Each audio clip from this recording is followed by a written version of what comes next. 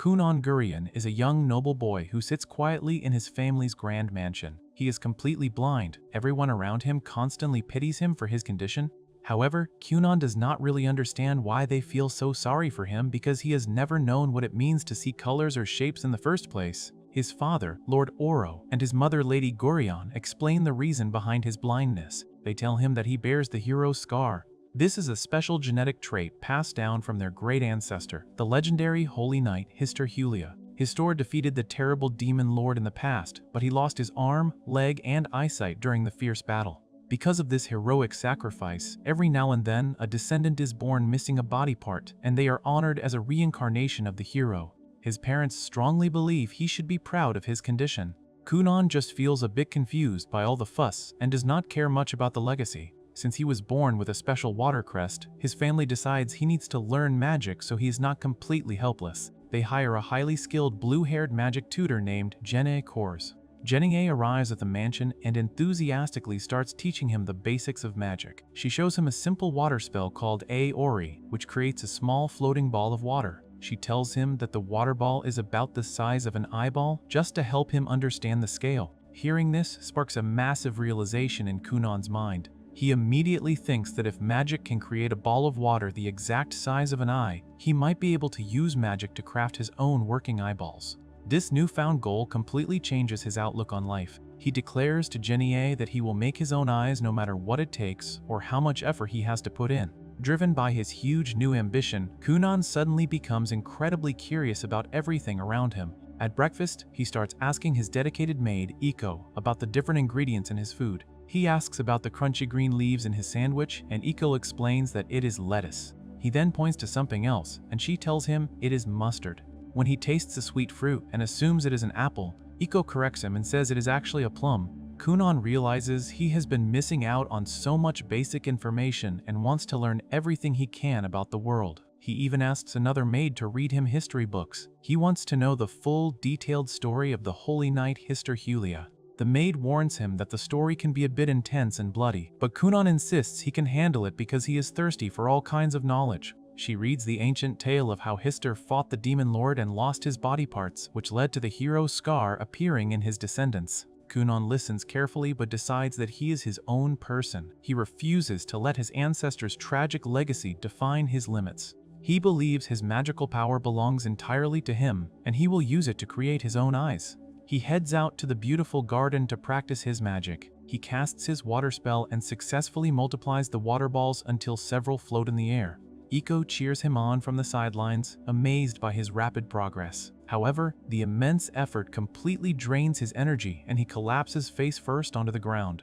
Iko rushes over to check on him. Kunan recovers on a comfortable sofa and realizes that basic magical power is simply not enough for his grand plan. He tells Iko that he needs to drastically build up his stamina and acquire a lot more knowledge if he wants to master the complex magic required to make functional eyeballs. Iko suggests that they increase his food intake slowly so he can grow stronger without getting sick. Kunan agrees, but also decides he needs physical training to boost his endurance. He asks Iko to find him a professional sword teacher. Iko happily agrees and runs off to ask Lord Uro for a huge favor, jokingly demanding a raise for her hard work. Kunan's father hires an older instructor, and Kunan begins practicing his sword swings in the courtyard to build his arm and shoulder muscles. Soon after, Janae returns for her next tutoring session. She greets Lord Oro and approaches Kunan, offering him a short break since he looks tired from his intense physical training. Kunan refuses the break because he wants to show her what he has learned while she was gone. He casts his water spell and effortlessly summons multiple massive water balls at once. Jenine is absolutely shocked by the display. She realizes that Kunan has mastered elementary magic entirely on his own in a very short amount of time. She silently panics, thinking the young boy is a frightening genius. Meanwhile, Princess Mirika, who is Kunan's arranged fiancée, is forced by her father to visit the Gurion estate. She rides in her luxurious carriage, complaining to her maid that she hates visiting Kunan because he is always so gloomy and completely silent. She remembers their past playdates where Kunan refused to do anything or go anywhere because of his blindness, leaving her feeling awkward and extremely bored. She dreads having to spend the rest of her life with someone so depressing. When she finally arrives at the mansion, she fully expects the usual depressing atmosphere. Instead, Kunan greets her with a bright smile, bows perfectly, and boldly calls her cute. Mirika is completely taken aback by his sudden cheerfulness and confidence. Kunan happily announces that he has fallen deeply in love with magic. To prove it, he casts his spell and creates a massive, beautiful water bubble in the air right in front of her. He then pops it, scattering sparkling water droplets everywhere, which creates a stunning, colorful rainbow in the sky. Mirika is totally mesmerized by the magical display. Kunan politely apologizes for being so gloomy in the past and asks if she wants to hear all about his recent fun activities. Mirika gladly agrees, and they hold hands while skipping happily through the lush garden. When Mirika finally heads back home in her carriage later that evening, she is blushing and genuinely happy, eagerly looking forward to seeing Kunan again. Back at the mansion, Kunan asks Iko to teach him exactly how to be a proper gentleman so he can be fully worthy of Princess Mirika.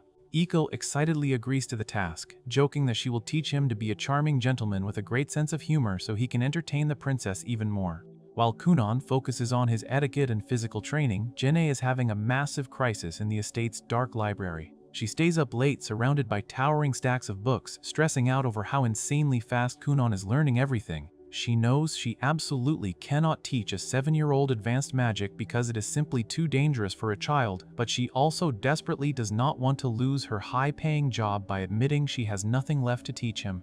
After a minor breakdown where she accidentally knocks books into the air with her own magic, she finally comes up with a brilliant, safe plan. The next day, she meets Kunan and Iko in the sunny garden and explains the complex concept of magic alteration. She tells him that instead of just creating simple water, he can actually change its fundamental properties, like its temperature, shape, viscosity, scent, and even taste. She demonstrates this by making a cold water ball and a warm water ball. Kunan touches them both and immediately understands the vast difference. He realizes that altering magic gives it unique character and depth. Jene smugly expects this difficult lesson to keep him busy for a very long time. However, Kunan immediately creates a new water ball and asks Iko to taste it. Iko takes a quick sip and is shocked to find that it tastes exactly like an apple. Kunan corrects her with a smile and says it is actually plum-flavored. Jene is utterly flabbergasted that he mastered her brand new, highly complex lesson instantly. Despite the rapid progress in altering taste and temperature, Kunan hits a major, frustrating roadblock. To perfectly alter objects and eventually create complex, realistic eyes, he needs to thoroughly understand colors. However, because he has been blind since birth, he has absolutely no concept of what colors actually are. He lies in bed holding a red apple and a green apple, highly frustrated that he can feel their solid shape and smell their sweet scent, but cannot see their color at all. The next day, he practices his magic near a wooden bowl of apples. He creates a large, floating water ball right over the fruit. Suddenly, something strange clicks in his mind. He gasps and tells Iko that he thinks he just saw something. Iko is shocked and strictly warns him not to make bad jokes about his blindness. Kunan quickly explains that he did not see with his actual eyes, but his magic allowed him to somehow sense and feel the colors of the objects close to him. He holds up a green apple and asks if it is red. Iko corrects him. He then holds up the red apple, and Iko confirms he got it exactly right. Kunan realizes he can reliably perceive colors through his magical aura, even if he does not know all their proper names yet. Iko decides to test him by asking exactly how many apples are in the bowl on the table. Kunan correctly answers that there are 3 red apples and 2 green apples. Iko hugs him tightly, loudly celebrating this absolute divine miracle. Word of Kunan's incredible new ability quickly reaches his father. Lord Oro is absolutely thrilled to hear that his son can accurately sense colors within a small magical range. Iko explains to the Lord that Kunan uses this new ability to read picture books by tracing the colored ink with his magical perception. Lord Oro is so immensely pleased by this progress that he generously offers Iko a chance to move back to the main house and take it easy since she has done such a great job. Iko firmly refuses the offer, stating that Kunan is working incredibly hard to change his life, and moving him to a new environment now would completely ruin his momentum. She also shamelessly demands a massive raise instead, which makes Lord Oro laugh heartily. A few days later, Kunan decides to prepare a massive, spectacular surprise for Jane's next tutoring visit. He stands in the grassy garden with Iko and declares that he wants to go all out this time. He focuses all his immense magical power and summons a gigantic, terrifyingly large red water ball high in the sky. He tells Iko that he wants it to look exactly like the beautiful deep red eyes of a white rabbit he saw in his picture books. He explains that making the ball bigger helps him sense the color much more strongly and clearly. However, he recklessly pushes too much magical energy into the spell. The giant red water ball destabilizes and violently explodes without warning. A massive, thick cloud of red smoke and liquid blasts into the sky, completely coating the entire garden. Lord Oro and Kunan's mother hear the loud explosion and rush outside in a panic. They find the beautiful garden completely drenched in thick red liquid. Kunan's mother mistakes the red water for actual human blood and instantly faints from the sheer horror. Lord Oro completely loses his temper. He aggressively screams at Kunan for doing something so horrific and terrifying his fragile mother. Kunan casually mentions that he did not even know blood was red, which only makes his furious father much angrier. As a strict punishment, Lord Oro revokes Kunan's allowance for 2 full months and fiercely slashes Iko's salary for 3 months. Hearing that her precious money is gone, Iko dramatically collapses into the red puddle alongside Kunan's mother. Janae watches the entire chaotic scene unfold from a safe distance. She looks at the blood-red garden, the screaming father, the fainting women, and the completely unfazed Kunan. She realizes that Kunan's ambition and raw, unchecked power are truly terrifying to witness. She shudders at the thought of how far he will go in the future, and fully believes that he will eventually earn the ultimate and most prestigious title in the entire world, the Cerulean Sorcerer. 2 years pass quickly, and Kunan turns 9 years old. With his basic magical training complete and his skills reaching incredible new heights, his family decides it is finally time for him to leave the comfortable estate and formally attend the prestigious Academy for Noble Children. His father, Lord Oro, calls for his older brother Ixio into his study and tells him about his plan to send Kunan to the Academy for Noble Children. Lord Oro knows that Kunan has barely ever left the mansion since birth and worries that he will be completely terrified of strangers in the outside world, so he asks Ixio to keep a close eye on him and guide him. Ixio remembers back when they were younger, and Kunan was always depressed, recalling how he offered to hold Kunan's hand to comfort him. Determined not to let his little brother suffer again, Ixio confidently accepts his father's request and vows to protect Kunan at any cost this time around. Meanwhile, in the estate's library, Jania is reading a complex book about hydromancy and explains how it uses water infused with supernatural powers to tell fortunes or find missing things. Iko immediately gets super excited and asks if they can use it to find her lost youth or track down her future husband. Kunan smoothly jumps into the conversation and tells Iko that she is a fine woman and men will definitely be all over her soon. He even jokes that if he weren't the second son of a Marquess, he would totally marry her himself. Iko just laughs it off and tells him to stop saying things like that to a woman who is more than 10 years older than him. Lady Flora watches the whole exchange and smiles, wondering aloud how Kunan managed to become so cheerful lately. She notes that while he used to be incredibly gloomy, he has now become much more adorable, even if he acts a little bit shallow sometimes. Kunan then sits back and takes a sip of his tea, confidently declaring that it must be a rare 12-year vintage from the New Kingdom because of its enchanting aroma. Iko immediately bursts his bubble and bluntly tells him that it is just cheap domestic tea from their own country. Kunan casually tells her to never mind, and everyone shares a good laugh at his failed attempt to sound sophisticated. Later that night, Iko and Kunan walk through the dark forest toward the main house to meet with his parents. It is freezing cold outside, so Kunan uses his magic to create giant, squishy black water orbs that act as a warm prototype bed. Iko hugs the warm water orb and excitedly says she wants a bed made out of this material to sleep in. Kunan agrees, but then wonders out loud why his father summoned him, worrying that he might have done something wrong. Iko reassures him that he probably isn't in trouble, jokingly reminding him that he surely learned his lesson after accidentally turning the entire garden into a terrifying sea of blood a while back. They arrive at the main house and are greeted by the elderly butler Valin and Ixio. They all head into the study to speak with Lord Oro and Lady Gurian. His parents officially bring up the idea of Kunan attending the noble school, but Kunan immediately shuts it down, claiming he has no interest in going and would rather focus on his own magical priorities. Lord Uro explains that all noble children are legally obligated to attend, but because of Kunan's special circumstances, the king actually granted them permission to make his schooling optional. Kunan quickly calls this out as blatant nepotism, which annoys his father. They start arguing, with Kunan complaining about his allowance and apologizing for the Sea of Blood incident, while his father threatens to cut his allowance for 6 months. Lady Gurian steps in to calm them down, and Lord Oro finally gets to his main point. He explains that Princess Mirica is going to attend the school, and if her arranged fiancé refuses to even show up, it will make her look incredibly bad in high society. Hearing this, Kunan sighs and immediately agrees to go, realizing he has to protect Mirica's reputation.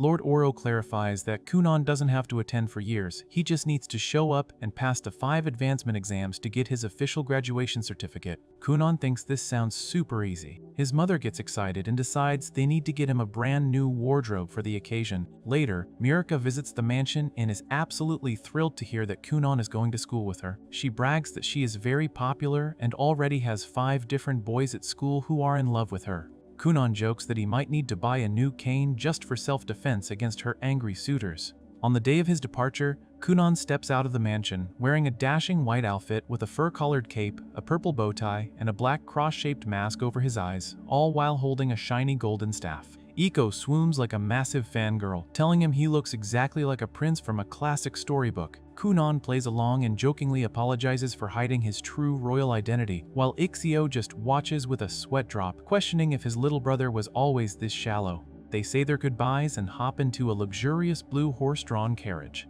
As they travel through the countryside, Kunan is amazed by how smooth the ride is. Ixio explains that their father specifically arranged for a magic-stabilized carriage because a rough ride is bad for the back. Kunan agrees that magic is incredibly convenient and jokes that he might even be able to find a job in the future with his versatile skills. Ixio looks out the window and expresses his concern about Kunan traveling so far away from home for the first time. Kunan reassures his older brother that he is not nervous at all because he has grown much stronger recently. He acknowledges that he used to worry Ixio a lot, especially back when he used to fall and hurt himself, and he knows Ixio always blamed himself for those accidents.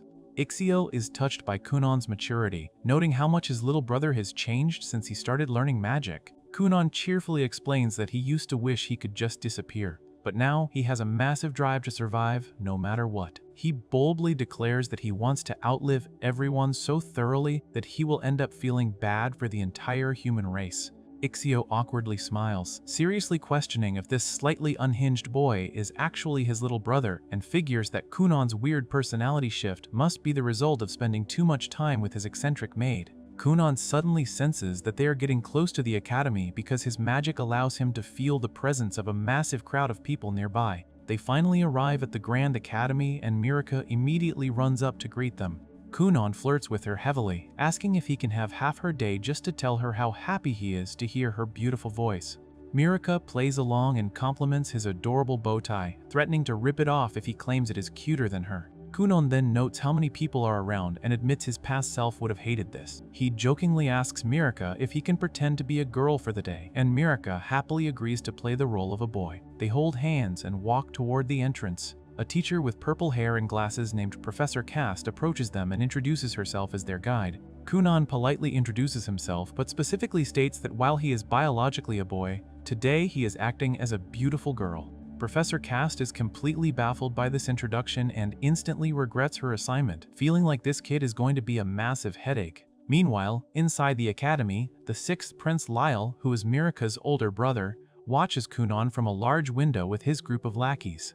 Lyle knows Kunan is the famous hero's scar, but he thinks the rumors are total garbage and angrily calls Kunan a roly-poly, instantly deciding that he hates him. Kunan sits down in a classroom with Professor Cast to begin his advancement exams. Cast explains that normally students get a break to prepare between each exam, but because of his special circumstances, Kunan will take all 5 exams in a very short period. Kunan immediately points out that this is just blatant nepotism because his father and the king are besties. Cast gets visibly uncomfortable and politely asks Kunan not to drag her into any messy political drama before handing him the first test. Throughout the entire testing period, Kunan does not stop talking, constantly chit-chatting with Cast while he fills out his answers.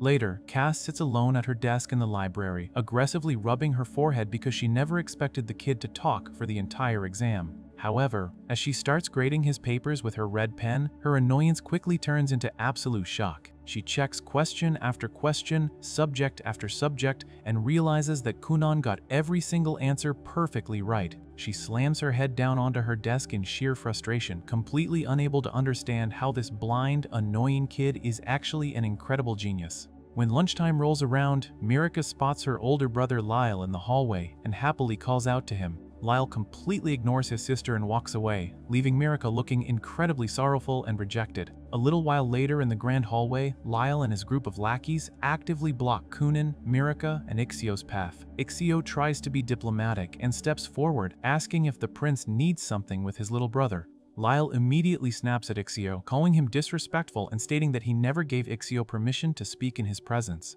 Lyle's lackeys chime in, telling Ixio to get lost and calling him the big brother of the roly-poly. Kunon decides he has heard enough and readies his golden staff. He secretly casts his water magic, summoning countless dark floating bubbles that completely surround Lyle without anyone noticing the source. Kunon then pretends to be terrified of the prince and whimpers, leaning his head against Ixio's chest like a scared child. Suddenly, one of the lackeys points at Lyle in shock. A massive, dark liquid stain rapidly spreads across the front of Lyle's trousers. The lackey asks if the prince just wet himself in public. Lyle looks down, completely horrified, and desperately screams that he didn't do it.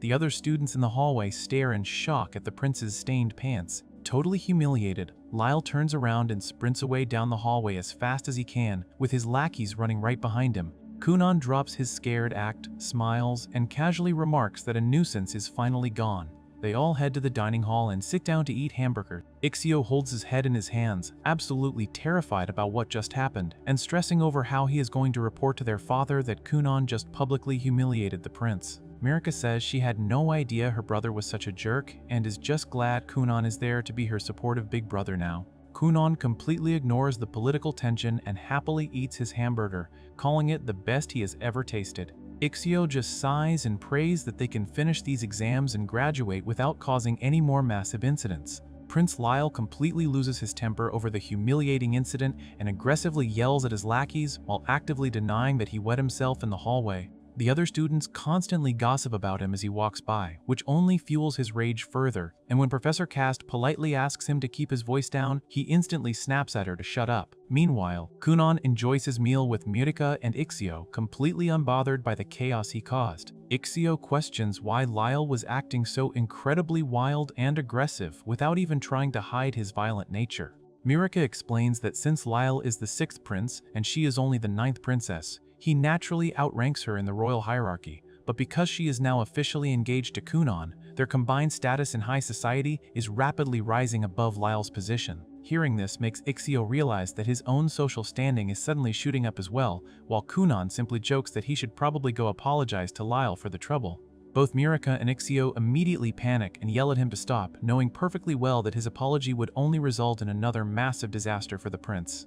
As the final exams approach, Genie continues to test Kunon's magical abilities in the estate garden, instructing him to practice altering the sensation of his water magic. Kunon easily forms a glowing blue sphere with his golden spear and perfectly replicates the firm texture of an apple, thoroughly impressing Genie with his flawless execution. Later at the academy courtyard, Iko dramatically complains to Kunon about how sad it is that this will be her last day hearing Mirka's voice at school, claiming the world feels like it is fading into dusk out of pure sorrow. Kunon completely ruins her dramatic moment by pointing out that school literally ends in the evening anyway, making Iko drop the sad act immediately, while Ixio watches them and notes how incredibly weird those two are together. Mirka happily runs up to greet them, and they all head inside the Grand Academy building to meet with Professor Cast before the final exam begins. Cast leads them to a regular classroom and mentions how strange it feels to no longer be isolated in a special room with Kunon. Kunon playfully exposes her past by casually telling everyone that Cast only became a teacher because she followed a man she loved to the academy, but the man ended up failing the entrance exam while she passed. Cast gets incredibly flustered and embarrassed that Kunon is loudly broadcasting her tragic love life during an exam period. She quickly tries to change the subject by asking Mirka to formally introduce her fiancé to the rest of the class. Kunon steps forward and dramatically introduces himself to his classmates, adding that he is honestly just relieved to see that Mirka and Ixio actually have friends. He claims he was seriously worried they were complete loners because no one ever approached them, pretending he was ready to console them by sharing his own tragic experience of being a friendless blind boy. Mirka quickly interjects, blushing as she explains that she specifically asked the other students to leave them alone so she could have a peaceful school life with him. Kunon immediately drops his tragic victim act upon hearing this, casually stating that humans actually do perfectly fine being completely alone anyway, leaving the rest of the class and cast staring at him in total disbelief at his rapid personality shift. Meanwhile, Prince Lyle stubbornly refuses to head to the exam room on time, coldly stating that the professors can wait for him, even as a staff member warns him that his royal status does not exempt him from the rules. As the academy bell rings, Kunan peacefully releases a white pigeon from the window before taking his seat next to Mirika, and Lyle finally arrives to take the test alongside his peers. After the exam concludes, Marika spots Lyle in the hallway and cheerfully calls out to him, but Lyle is still absolutely consumed by his anger over the persistent rumors. He clenches his fists in frustration, furious that the people at the castle and the school constantly mock him behind his back while acting respectful to his face. Before Lyle can storm off, Kunan suddenly intercepts him with a massive, innocent smile and cheerfully introduces himself as Lyle's future brother-in-law. Kunan reaches out and tightly grabs Lyle's hand, holding it in a vice grip that Lyle completely fails to break. Lyle instantly freaks out, demanding to know what Kunan is doing and yelling at him to let go because he never gave Kunan permission to touch him. Kunan completely ignores the prince's orders, and instead compliments Lyle's manly voice, claiming that he just wants to feel his face to see if it is equally manly since his own eyes cannot see. Lyle immediately blushes and starts sweating profusely from the intense and bizarre physical contact, desperately yelling for Mirika to help him while the rest of the class watches in shock. Mirika just giggles at the sight, admitting she never knew her arrogant older brother could actually get so flustered and embarrassed. Lyle finally manages to rip his hand away from Kunan's iron grip and runs away in a complete panic, leaving Kunan politely thanking him for the interaction, while Ixio watches the whole exchange with absolute horror. Back in the classroom, Professor Cast formally announces that every single student has successfully passed the final exam, causing the entire room to erupt into cheers. Lyle's lackeys praise the prince for his success, while Ixio and Kunan congratulate each other, and Mirika happily celebrates the fact that she gets to officially graduate alongside her fiancé. As they leave the academy in their horse-drawn carriage, Kunan shouts his goodbyes from the window, and Cast watches him go with a fond smile, noting that despite his quirks, he was a genuinely wonderful student. Kunan jokingly yells back that if she is ever looking for a boyfriend to heal her broken heart, she should totally date his older brother Ixio. Cast instantly blushes and panics, deeply regretting that she ever shared her personal secrets with him. Lyle quietly watches Kunan's carriage depart from a high window, surrounded by his loyal lackeys who vow to follow him wherever he goes. Sometime later, back at the Gurion estate, Janie conducts a highly advanced magic training session with Kunan and Iko in the Rose Garden. She orders Iko to create a water bubble, split it into 10 separate spheres, color them red, blue, and green, and then alter their texture. Iko struggles immensely but manages to make the colored spheres sprout sharp spikes. Janie praises her effort, but then turns to Kunan, who takes the same basic water alteration spell and elevates it to an unimaginable level. By perfectly manipulating the shape and temperature of the water, Kunan conjures highly detailed spectral water animals, starting with a white dove that actually flies away into the sky. He then creates a translucent green cat, a rabbit, and a dog that hop around the garden as if they were truly alive. Janie is so completely overwhelmed by his impossible magical prowess that she drops her spellbook on the grass in sheer shock, realizing that her time as his instructor is officially over. She sits down for tea with Kunan and solemnly reveals the shocking truth that she has absolutely nothing left to teach him. Kunan refuses to accept this, desperately clinging to the idea that she can still teach him more of the clever little tricks she always uses. Janae completely breaks down and confesses that she only invented those tricks out of pure desperation because she felt intensely guilty about collecting her high salary when she had no real lessons left to provide. She admits that she spent countless agonizing nights pulling her hair out and throwing crumpled paper across her room, struggling to invent new ways to deceive him just to keep her job. Kunan is deeply moved by her dedication and passionately shouts that her tricks gave him a real purpose in life and helped him understand the true depths of magic. He begs her to stay and demands that she continue deceiving him elegantly, completely ignoring the fact that his magical skills have already vastly surpassed hers.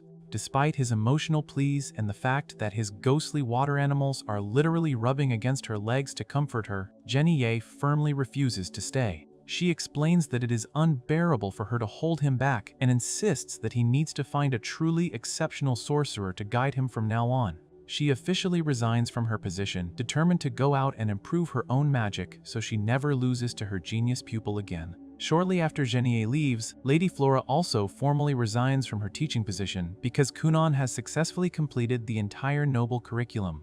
Iko informs Kunan about Flora's departure, mentioning that the woman chose not to say goodbye in person because she knew she would inevitably break down in tears.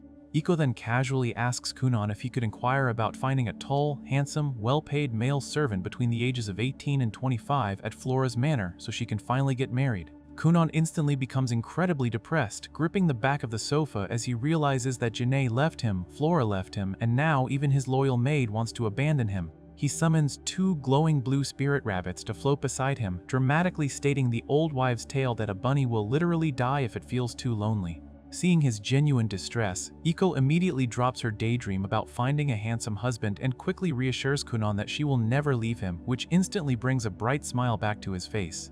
Later that evening during a formal family dinner, Kunan brings up Janae's advice about finding an exceptional sorcerer to be his new teacher. He tells his parents that he heard rumors at the academy about a remarkably powerful and beautiful royal sorcerer named Zeonli Finrol, and he firmly declares that he wants this man to be his next instructor. His father, Oro, immediately shuts the idea down, explaining that it is completely impossible to invite a royal sorcerer to their home. Oro elaborates that the royal sorcerers are an exclusive group within the royal court who only answer directly to the king, meaning they rarely ever leave the castle and absolutely no one else has the authority to give them orders. Kunan refuses to take no for an answer and proposes a ridiculously flawed plan, suggesting that he will simply accompany his father to the castle, conveniently get lost by some means or another, accidentally bump into the royal sorcerer by some means or another, and somehow convince the man to take him as an apprentice. Oro harshly criticizes the terrible plan, pointing out that an elaborate strategy cannot rely on the phrase by some means or another twice, and accurately calculates the success rate at less than 10%. However, Kunan turns to his mother Gurion for support, and she instantly praises his plan as absolutely perfect because she completely spoils him. She uses her leverage to pressure Oro, begging him to at least try since Kunan wants it so badly. Oro completely caves under his wife's demands and reluctantly agrees to at least bring the matter up with the king, though he warns Kunan not to get his hopes up.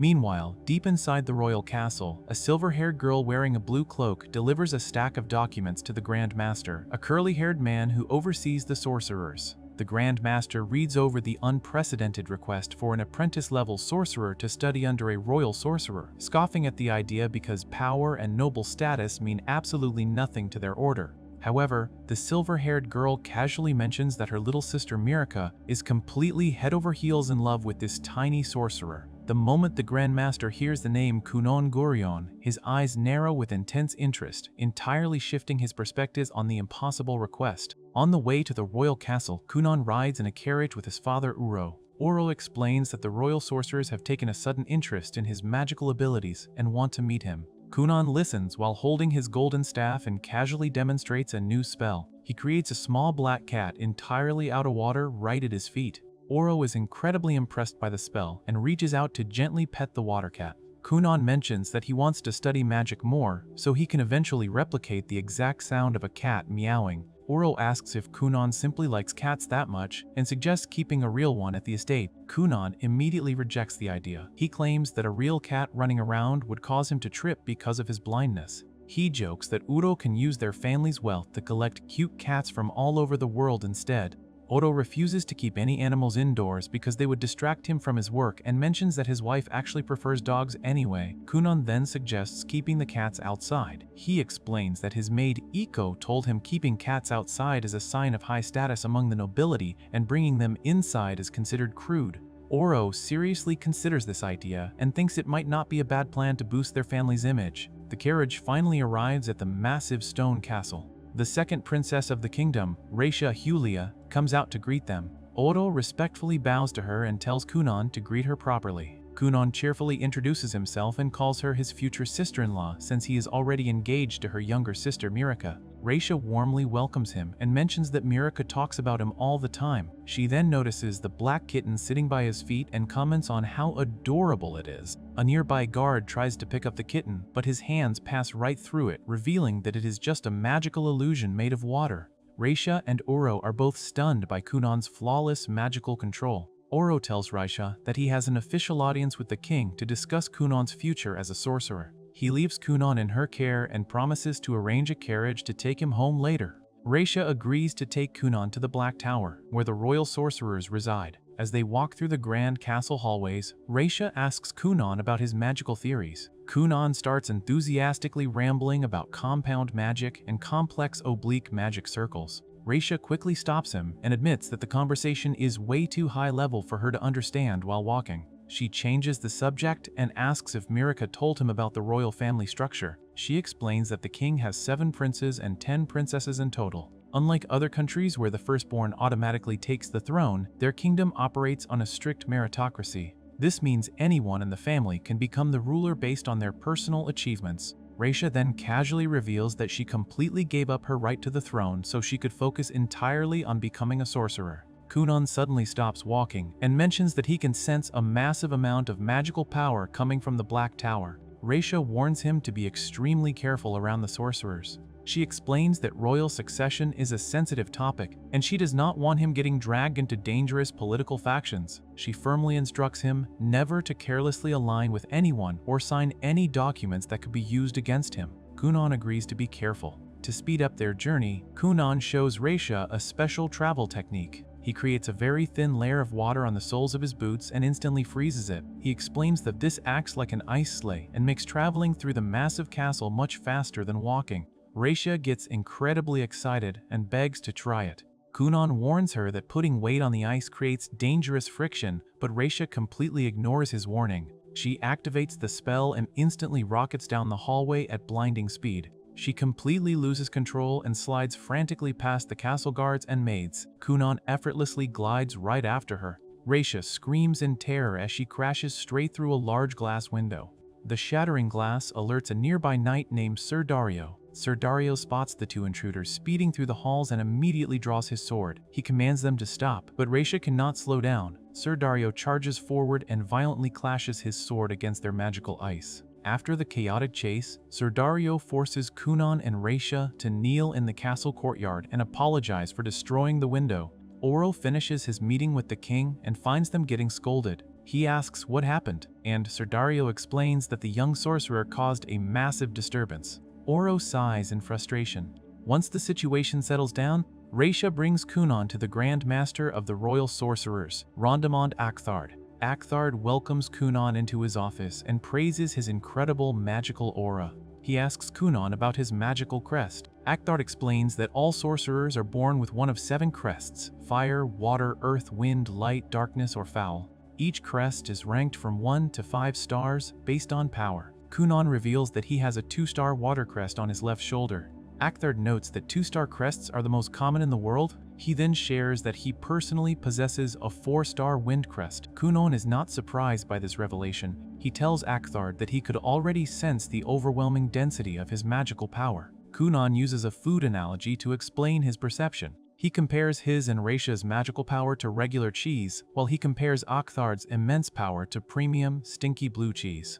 Akthard finds the comparison funny but firmly asks Kunan never to call him Grandmaster Blue Cheese again. Kunan asks if the star ranking determines what kind of magic a person can actually learn. Akthard clarifies that the stars only indicate the total capacity of a person's magical energy. He emphasizes that true magical strength comes from hard work and devotion to studying the craft. Akthard then decides it is time to officially test Kunan's abilities. He leads Kunan and Raisha out to the training field, where several other royal sorcerers are already waiting. The sorcerers gossip among themselves, clearly impressed that a child managed to give the strict Sir Dario such a hard time earlier. Akthard introduces Kunan to a young royal sorcerer named Victo.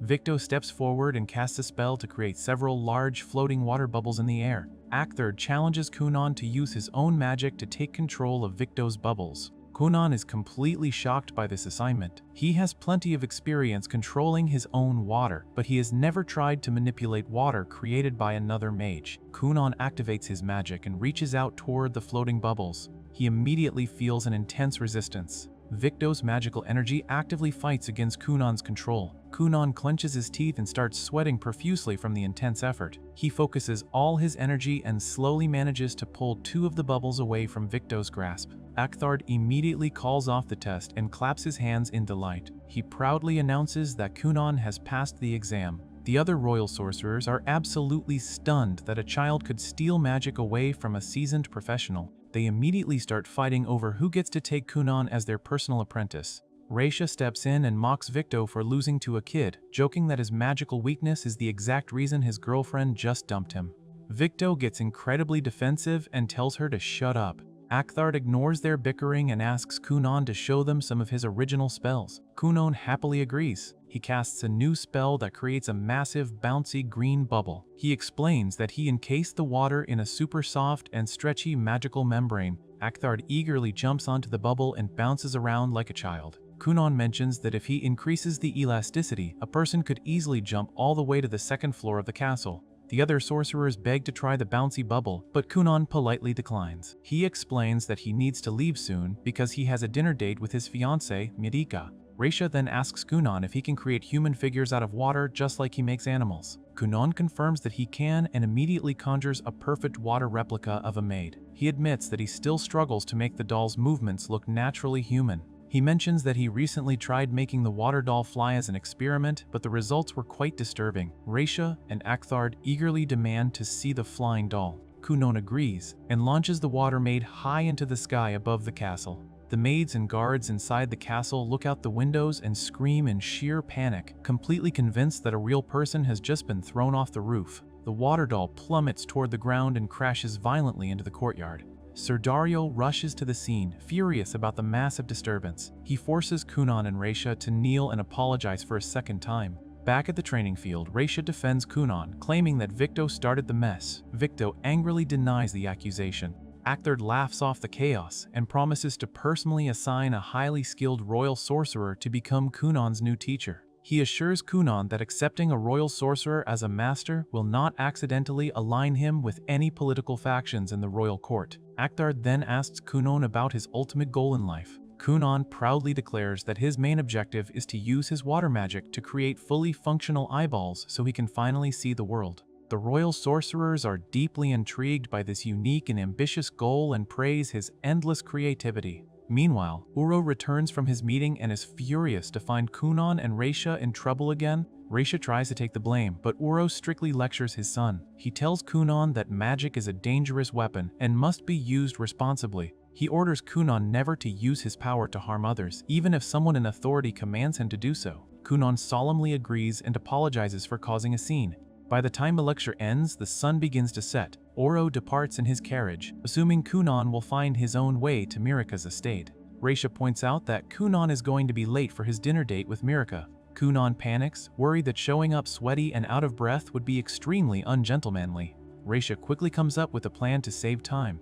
She suggests combining her wind magic with his water magic to fly directly to Mirika's house. Kunon hesitates. He explains that he made a personal promise to himself that his first time flying would be a romantic experience shared only with Mirika. He also worries that Mirika might completely misunderstand the situation if she catches him flying alone with another girl. Raisha dismisses his concerns and forces him to grab her hand. Kunon creates a massive translucent water bubble around them. Raisha activates her wind crest and summons a powerful gust of wind. The bubble instantly shoots high into the evening sky. Kunon screams in terror as they fly at a blinding speed. Raisha laughs maniacally and pushes them to go even faster. They streak across the sky like a comet and arrive at Mirika's estate in record time. However, Raisha completely fails to slow down upon arrival. The massive water bubble plummets out of the sky and violently crashes onto the roof of Mirika's estate. The impact shatters the roof tiles. Kunon and Raisha lie face down on the magical bubble, completely exhausted and groaning in pain.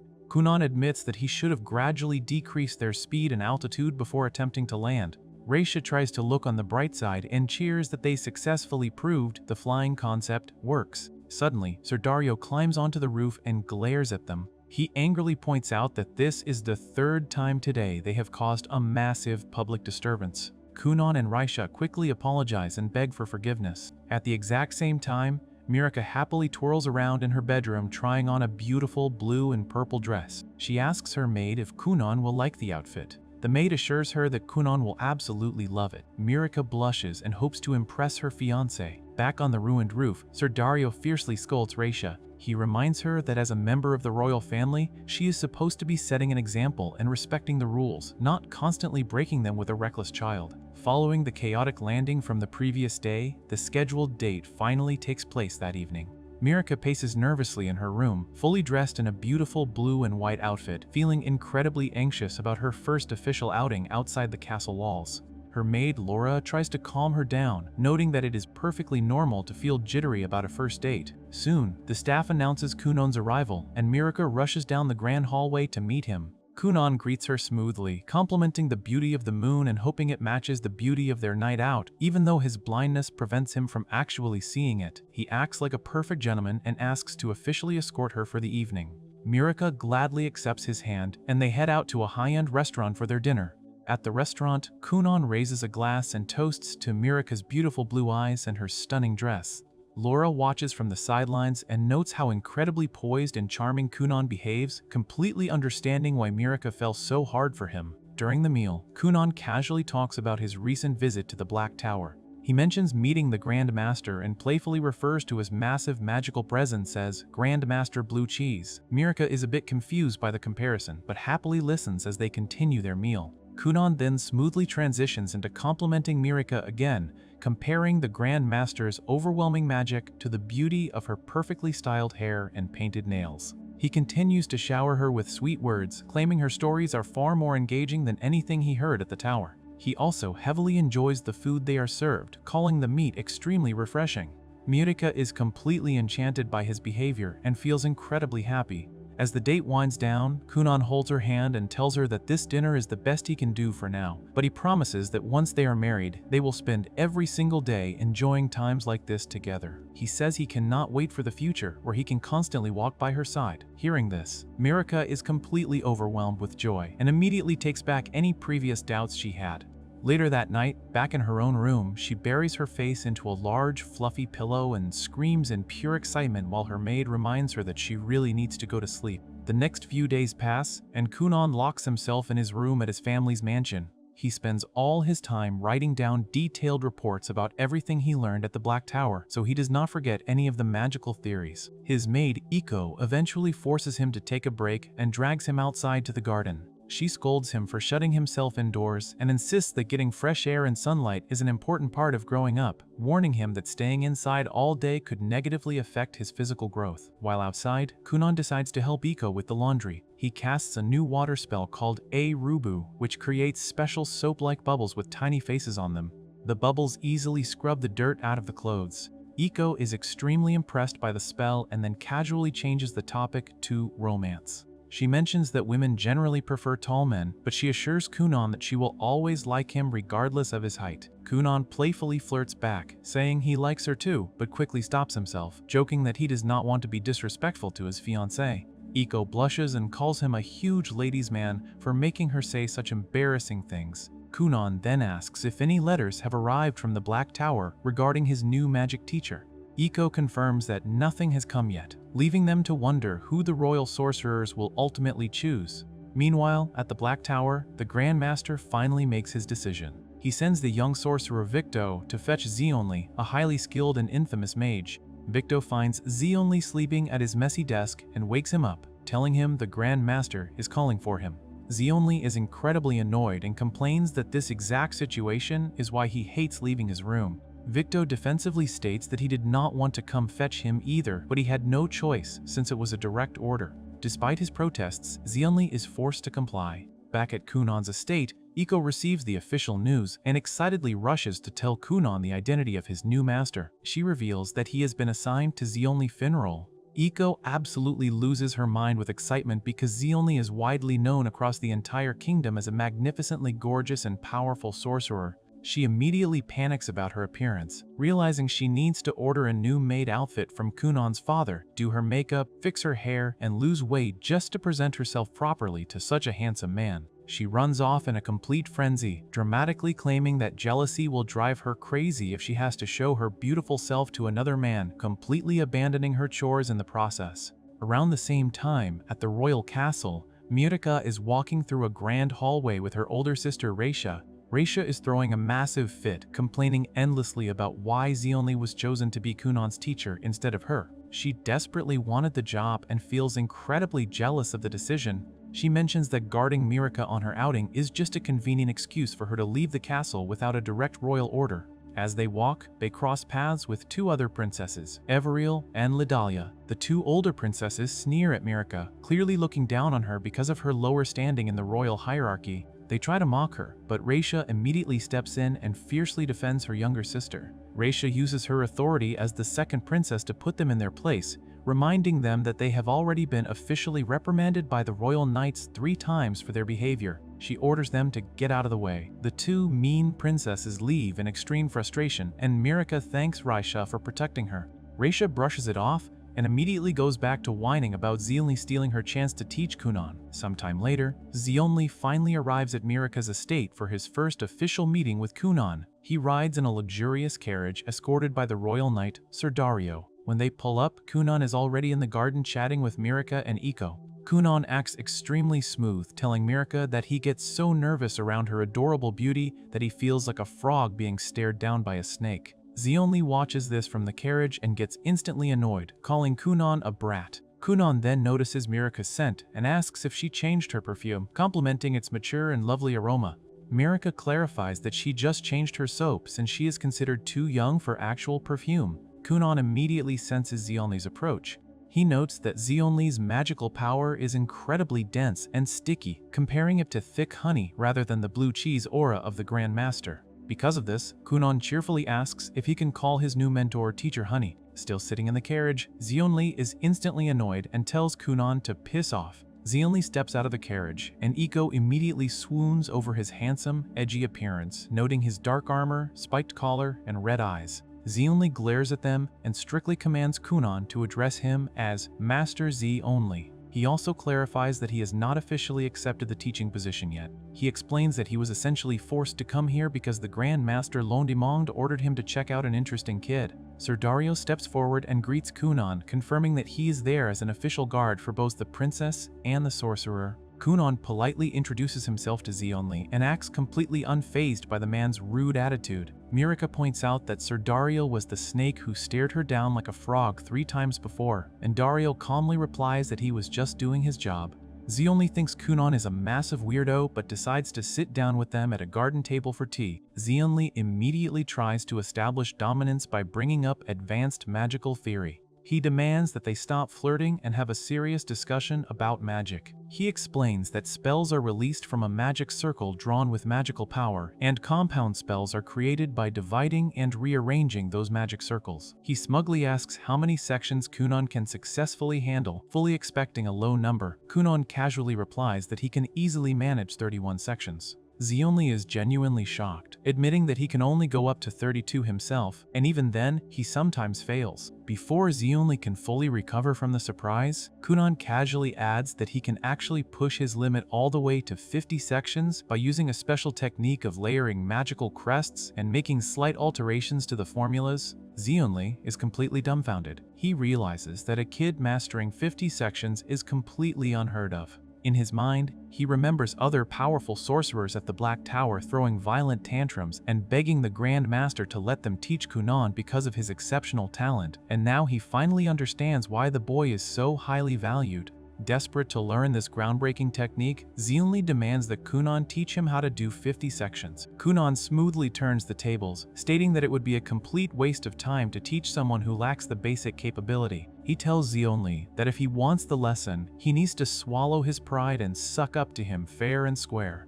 Mirika is shocked by Kunan's audacity, but Kunan insists he wants to see Xionli's supposed generosity and kindness. Xionli is so hungry for the magical knowledge that he actually agrees to abandon his dignity and beg for the instructions. However, Xionli quickly regains his composure and decides he needs to prove his own worth as a master first. He steps away from the table and activates his 3-star Earth Crest. With a massive surge of magic, he conjures a towering, incredibly dense stone slab right in the middle of the garden. He explains that this structure is the crystal of compound magic with over 40 sections, making it incredibly hard and durable. He challenges Kunan to destroy the wall using magic, stating that if the boy fails, that is the end of their arrangement. Xionli then remembers hearing rumors about Kunan's famous bouncy waterbed spell and demands to see it. Kunan complies and casts Aori, summoning a massive, soft water bubble onto the grass. Xionli approaches the bubble and presses his hands against it. He's instantly overwhelmed by how incredibly soft, warm, and comforting the magical water feels. He compares the texture to a pile of down feathers. Without hesitation, the intimidating dark sorcerer collapses onto the bubble and instantly falls into a deep, peaceful sleep. Kunon, Mirka, and Iko just stare in total disbelief. Since Zeonli is completely knocked out, Kunon and Mirka decide to just sit back down at the table and enjoy their tea while they wait. After 2 full hours of napping, Zeonli finally wakes up. He stretches, feeling incredibly refreshed, and walks back over to the group. He smugly asks Kunon if he gave up on trying to break the giant stone slab. Kunon calmly replies that he never gave up and is ready to destroy it whenever Zeonli gives the word. Zeonli tells him to go ahead. Kunon steps in front of the massive stone wall, raises his golden staff, and casts his laundry spell, a Rubu. A massive wave of soapy, face-covered bubbles erupts from the ground and engulfs the base of the stone slab. Thick white smoke and steam begin to billow out as the magic takes effect. Zeonli watches closely and quickly realizes what is happening.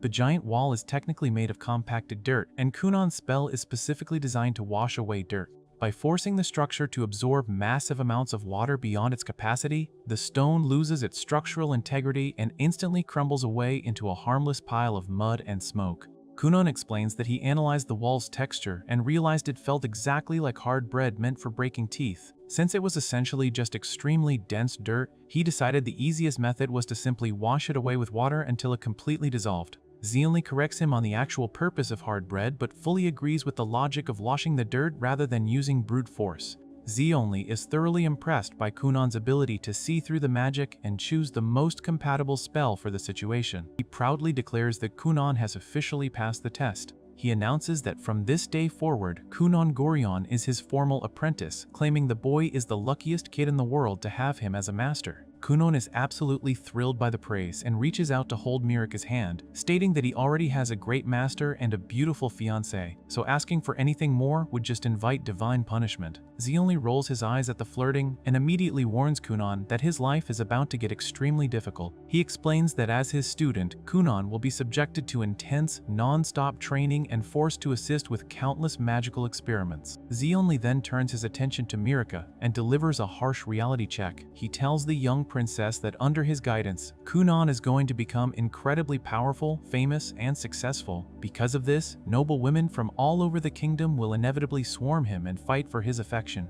He implies that Mirka, currently just the lowly 9th princess, might not be enough to hold on to a prodigy like Kunon in the future. Mirka looks down, deeply saddened by the truth of his words. She realizes that her current status is too low to guarantee a secure future with Kunon. Kunon immediately steps up to defend his fiancée. He boldly calls Zeonli out, accusing his new master of purposely being mean to girls because he is incredibly socially awkward and does not know how to handle romance. He jokes that Zeonli is the exact type of guy who would act completely cold to a girl he likes, only to have her stolen away by someone else before he even realizes his own feelings. Zeonli completely freezes, blushing hard as imaginary arrows of truth pierce his ego. He realizes the kid just accurately psychoanalyzed his entire personality in front of everyone. Embarrassed and flustered, Zeonli yells at Kunon to shut up and show some respect to his master. Kunon just smiles and cheerfully agrees to follow his orders. The day ends on a high note, but the weight of Zeonli's warning lingers heavily in Mirka's mind. Later that night, back at the royal castle, Mirka stands by her bedroom window in her nightgown, staring out at the starry sky. She tightly grips the fabric of her dress, her expression shifting from sadness to fierce determination. She vows to herself that she has to do something to increase her standing and power. She promises to change and improve herself so she can ensure a bright future where she and Kunon can always stay together. Following Zeonli's dramatic acceptance of Kunon as his apprentice, the intense training begins right away. Kunon spends hours upon hours sitting at a desk, carefully making clean copies of Zeonli's incredibly messy memos and scattered notes. Zeonli explains that this tedious work is actually a crucial part of his training. He tells Kunon that just reading books only gives a person information, but actively analyzing the material and writing it out by hand forces the body to remember it, turning that mere information into actual knowledge and power.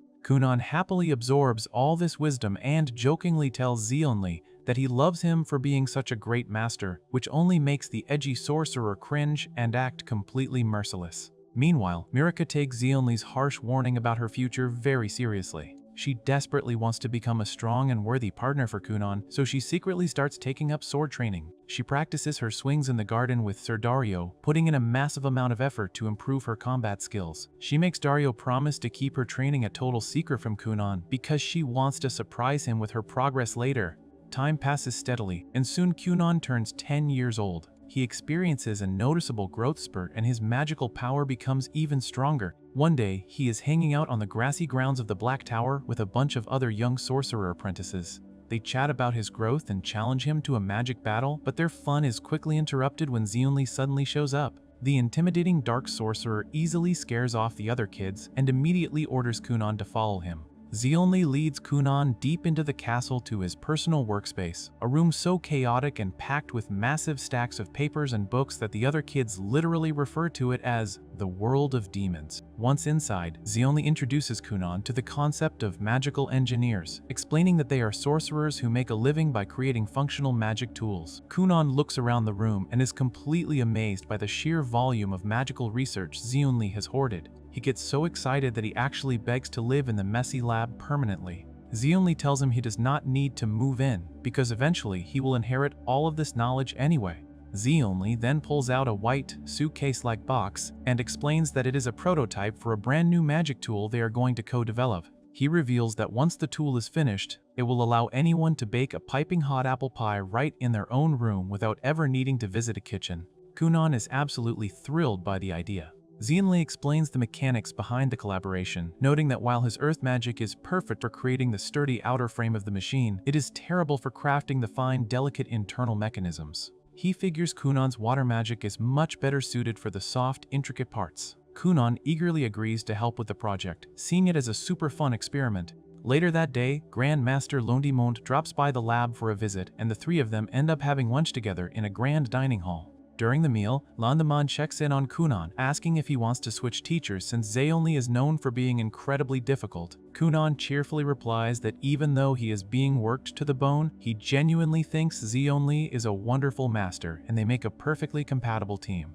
Xionli gets completely embarrassed by the praise and tells Kunon to shut up for his own safety. Londimont then brings up the topic of the future and asks Kunon what his plans are. He suggests that Kunon should consider enrolling in the kingdom's prestigious magic school, a famous academy where the brightest sorcerers from all over the world gather to study. He notes that Kunon has to be at least 12 years old to attend, so he still has plenty of time to think about it, but the idea definitely plants a seed in Kunon's mind. 2 more years pass in a flash, and winter arrives at the estate. Kunon is now almost 12 years old, and his skills have grown exponentially. Out in the snowy courtyard, Kunon faces off against Xionli for a massive magical test, while Mirka, Sordario, and the maid Iko watch closely from the sidelines. Kunon taps into his immense power and completely skips the basics, immediately activating a highly complex 55-section compound spell. He surrounds himself with floating water bubbles and releases a blinding, massive explosion of magical energy that easily deflects a barrage of sharp wooden stakes fired by Xionli. The resulting shockwave clears the area, and Xionli proudly declares that Kunon has successfully passed the test. Everyone is super happy for him, and they head inside to celebrate by eating fresh apple pie baked perfectly in the magic tool they finally completed. While enjoying the dessert, Iko dramatically offers to support Kunon financially, claiming she will happily fund his lifestyle because she knows his true potential. Kunon plays along, joking that he will just marry her in the future. Iko calls his proposal totally monotonous and fake, while Xionli just sighs at their ridiculous banter. However, the mood suddenly shifts when Xionli gets serious. He sits down with Kunon and Mirka and formally announces that his time as Kunon's master has come to an end. Over the past 2 years, they have successfully co-developed 7 magic tools, written 5 groundbreaking research papers on magical theory, and even drafted a complete manual for magical experiments. Xionli bluntly states that there is nothing left for him to teach the boy. He orders Kunon to pack his bags and get ready to head to the magic school. Kunon is completely caught off guard and immediately protests, throwing a bit of a tantrum. He whines that he does not want to go away and just wants to stay by Xionli's side forever to keep learning and working hard. Xionli shuts him down, explaining that as an earth sorcerer, he simply cannot teach Kunon the advanced water magic he desperately needs to reach his full potential. He points out that the world is huge, and there is a very high chance the magic school has an extraordinary 3-star or even 4-star water sorcerer who can properly mentor him. Kunon still hesitates, clearly heartbroken at the thought of leaving his comfortable life and his fiancée behind. Seeing his inner conflict, Mirka steps forward and gently takes his hand. She puts on a brave face and tells him that he absolutely has to go. She wants him to become the most amazing sorcerer in the world, and she promises that while he is away, she will focus on becoming a fine, worthy woman who will patiently wait for his return. Hearing her heartfelt words, Kunon finally accepts his destiny and agrees to attend the academy. As the departure date approaches, Kunon starts packing his bags, but then a sudden realization hits him like a ton of bricks. He has been so caught up in his daily training, inventing magic tools, and hanging out with his friends that he completely forgot the entire reason he started learning magic in the first place. His ultimate goal has always been to cure his blindness and create magical eyeballs. But he had grown so comfortable relying on his other senses that he almost abandoned his biggest ambition. Feeling like a total fool, he vows to finish his eyeball experiment before leaving the estate. Meanwhile, Marika and Sir Dario are riding together in a carriage heading back to the royal castle. Away from Kunon, Marika's brave facade completely crumbles and she bursts into tears. She cries uncontrollably, admitting that she absolutely hates the fact that Kunon is leaving her. She confesses her darkest, most selfish thoughts to Dario, revealing that a part of her actually wished Kunon would fail to create his magical eyeballs and stay blind forever. She figured that if he remained helpless, he would have no choice but to stay by her side and depend on her for the rest of his life. She calls herself a despicable and horrible woman for having such toxic thoughts. Dario calmly listens and reassures her, explaining that every human being has a mix of light and darkness in their heart. He tells her that having those thoughts does not make her evil, as long as she refuses to let the darkness swallow her and continues to choose the right path. Marika wipes her tears and finds comfort in his words, realizing she just has to trust Kunon's journey. Back at the estate, Kunon locks himself in his study and obsessively works on the eyeball spell. He tries casting various combinations of his water magic, attempting to create tiny mirrors that can reflect the world into his mind, but every single attempt fails. The magical bubbles simply do not transmit the visual information properly. He tries over and over until he literally passes out from sheer exhaustion, collapsing onto the wooden floor surrounded by scattered papers. Later that night, Kunon wakes up feeling incredibly stressed, so he decides to cast his magical sauna spell to relax. He ends up waking his parents in the middle of the night so they can join him in the wooden steam room. His father and mother happily sit in the sauna, drinking beer and water while sweating out their stress.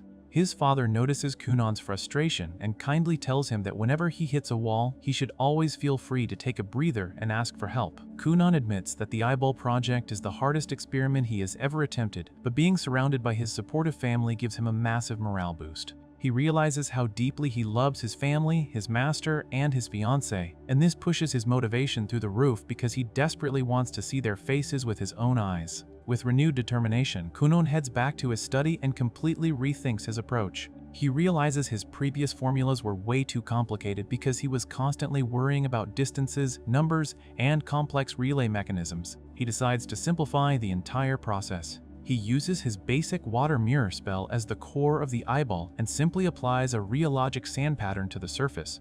This specific pattern acts as a direct transmitter, instantly sending whatever the water mirror reflects straight into his brain without any extra steps. He raises his golden staff and casts the spell one final time. A small, grayish metallic orb materializes and floats in the air, encased in a glowing blue magical sphere. Suddenly, a rush of visual information floods Kunon's mind. He gasps and opens his actual eyes, tears welling up as he looks at the dusty bookshelves and the sunlight streaming through the window. For the first time in his life, he can actually see the world around him. He is completely overwhelmed with joy and proudly declares that he has finally created magical eyeballs. However, his moment of absolute triumph takes a wild and terrifying turn. As he turns to look around the room, he suddenly comes face to face with a massive, pale, multi-limbed crab monster standing right in front of him. Kunon just stares at the horrific creature in total shock, completely baffled by what is happening in his supposedly safe study. Kunon quickly realizes that the crab monster is completely immaterial when he cautiously reaches out and watches his hand pass right through its body without any resistance. Still trying to process this bizarre discovery, he decides to use his newly formed water mirror to look at himself for the very first time. He closes his eyes, bracing himself, and recalls how much he used to hate himself for being a burden, constantly falling, hurting himself, and relying on others just to survive. When he finally opens his eyes, he examines his reflection in the floating portal. He feels slightly underwhelmed by his own face, realizing he expected to look much more dashing and perhaps sport a cool beard, only to remind himself that he is still just a child. He wonders if seeing his face will make him hate himself more, or if he will eventually grow to like it, but he accepts that it is an anticlimactic moment since he is still just himself. At that moment, his maid Iko enters the room to check on him. Kunon excitedly reveals that his experiment was a massive success, and he can finally see the world. Iko is completely overjoyed by the news and immediately pulls him into a tight, dizzying hug. Kunon takes a moment to observe her and points out that her classic maid outfit perfectly symbolizes cleanliness, noting that a true gentleman would probably tell her she looks incredibly cute. This compliment makes Iko even more ecstatic, and she excitedly declares that she must cook up a massive feast of creamy crab croquettes to celebrate and inform his father right away. However, Kunon is entirely distracted by the fact that Iko appears to have a large, spiraling black horn sticking right out of her head. When he casually asks her if she has a horn, she denies it, explaining that she only gets a metaphorical horn when she is incredibly angry, but right now she is far too happy for that. Hearing this, Kunon decides to keep what he sees to himself, feeling immense relief that he did not actually compliment her on having a sexy horn out loud. Eager to explore his new sense, Kunon steps outside into the courtyard to admire the vibrant scenery of his estate. He takes in the beautiful green fields, the bright blue sky, and the grand architecture of his home. However, when night falls and the sky turns purple, he looks up and is shocked to see a massive, dark, void-like sphere floating ominously among the stars. The giant crab monster continues to follow him around, so he turns to Iko and asks if she can see the terrifying creature standing right behind him. Iko assumes he is just trying to tell her a spooky ghost story and gets incredibly excited, begging him to tell her the rest of the tale. Realizing she cannot see the monster at all, Kunon simply sighs and drops the subject, walking away toward the dark forest while Iko desperately chases after him for the story. The following day, Kunon gathers his family in the mansion to show off his newfound sight. His mother is completely overwhelmed with happiness and bursts into tears of joy, wrapping him in a warm hug and telling him how incredibly proud she is of his achievement. However, Kunon is completely distracted by their appearances. To his magical eyes, his mother is casually holding a glowing purple sword like a badass adventure heroine, while his older brother sports massive black wings like a legendary fallen angel. He excitedly asks them why they look so incredibly cool and wonders out loud if his mother is an epic princess heroine and if they are secretly a family of fallen angels. His mother blushes happily at the heroine compliment, but they are both completely confused by his mention of wings. Iko steps in and offers a poetic explanation, stating that everyone is born with the wings of freedom and potential to soar through life, but people simply forget how to use them as they age. Before Kunon can question this further, his father finally returns home and enters the room to congratulate him. Kunon is even more baffled because his father simply appears as a glowing, foggy silhouette instead of a solid person. He leans over and whispers to his brother, asking if it is normal for a father to look like literal fog. His brother quickly shushes him, warning him to never say that out loud because it would absolutely make their father cry for real. Kunon agrees to keep the fog revelation a secret, deciding that he definitely needs to seek some professional advice from his master about these strange visions. Meanwhile, deep within the Black Tower, Zeonli is relaxing in his incredibly messy, paper-filled room. A gray-haired messenger enters the chaotic workspace and barely manages to dodge a razor-sharp white feather projectile that Zeonli casually throws at his head. The messenger nervously delivers a message from the Grand Master, informing Zeonli that the king has officially granted him permission to go outside because there is some very good news waiting for him. Zeonli immediately assumes the news is about Kunon and heads out. Back at the estate, Princess Mirka arrives in her royal carriage to celebrate Kunon's monumental success. Kunon proudly shows off his floating green glass eye spell, explaining that it is the magical eye of mirrors that allows him to see everything. Mirka happily asks him to look at her face, and Kunon excitedly agrees, noting that his heart is bouncing like a young boy before correcting himself since he actually is a young boy. As he gazes at her, he describes her as a gorgeous blonde with hair like the morning sun and stunning ice blue eyes, but he is completely thrown off by the massive white quill feather sticking straight out of her head. When Mirka jokingly asks if she's not his type, Kunon quickly reassures her that she is exactly his type and smoothly compliments her by comparing her to the beautiful feather of a free bird. Iko immediately ruins the romantic moment by making a terrifying analogy about how a large, middle-aged man with a beard will eventually come to catch the free bird and lock her in a silver cage, which deeply unsettles them. Soon after, Sir Dario approaches to offer his congratulations, and Kunon notices that the knight is carrying a gigantic, diamond-patterned white greatsword on his back that no one else seems to acknowledge. Suddenly, Zeonli arrives at the estate to check on his apprentice, but the moment Kunon looks at his master, he is completely blinded. Zeonli appears to him as a brilliantly glowing white humanoid figure radiating such intense, piercing beams of light that Kunan literally has to shield his eyes and scream in absolute agony. He begs Zeonli for a private conversation. Unable to handle the blinding radiance any longer, the two retreat inside, leaving Mirika and the others in the garden. Once they are alone, Kunan lists off all the bizarre things he has been seeing, from the giant immaterial crab and the massive blade to the strange quill feather and Zeonli's blinding light. Zeonli finds the entire situation absolutely hilarious and laughs uncontrollably, covering his eyes as he imagines Kunan eventually proposing to the princess while carrying a giant crab and staring at a quill in her head. Despite the jokes, Zeonli smugly agrees that he is undoubtedly the brightest human in the world, which completely frustrates Kunan since he still cannot look at his master directly. Getting serious, Zeonli offers two primary theories to explain Kunan's strange vision. He suggests that Kunan might be seeing the actual spiritual shapes of people's souls, which would unfortunately mean Kunan's own soul looks like a giant crab. His second theory is that Kunan is suffering from magic sickness, which causes intense visual hallucinations due to the accumulation of magical power. Zeonli reveals that he once experienced something very similar when he wandered into a highly magical forest pathway where he became intoxicated by the mana and hallucinated massive white feathered wings sweeping past him. He comforts Kunan by explaining that nature has countless different ways of perceiving the world, mentioning creatures with dozens of eyes or those that cannot see colors at all. He assures Kunan that there is no objectively correct way to see things and advises him to keep observing the phenomena to find a solid pattern.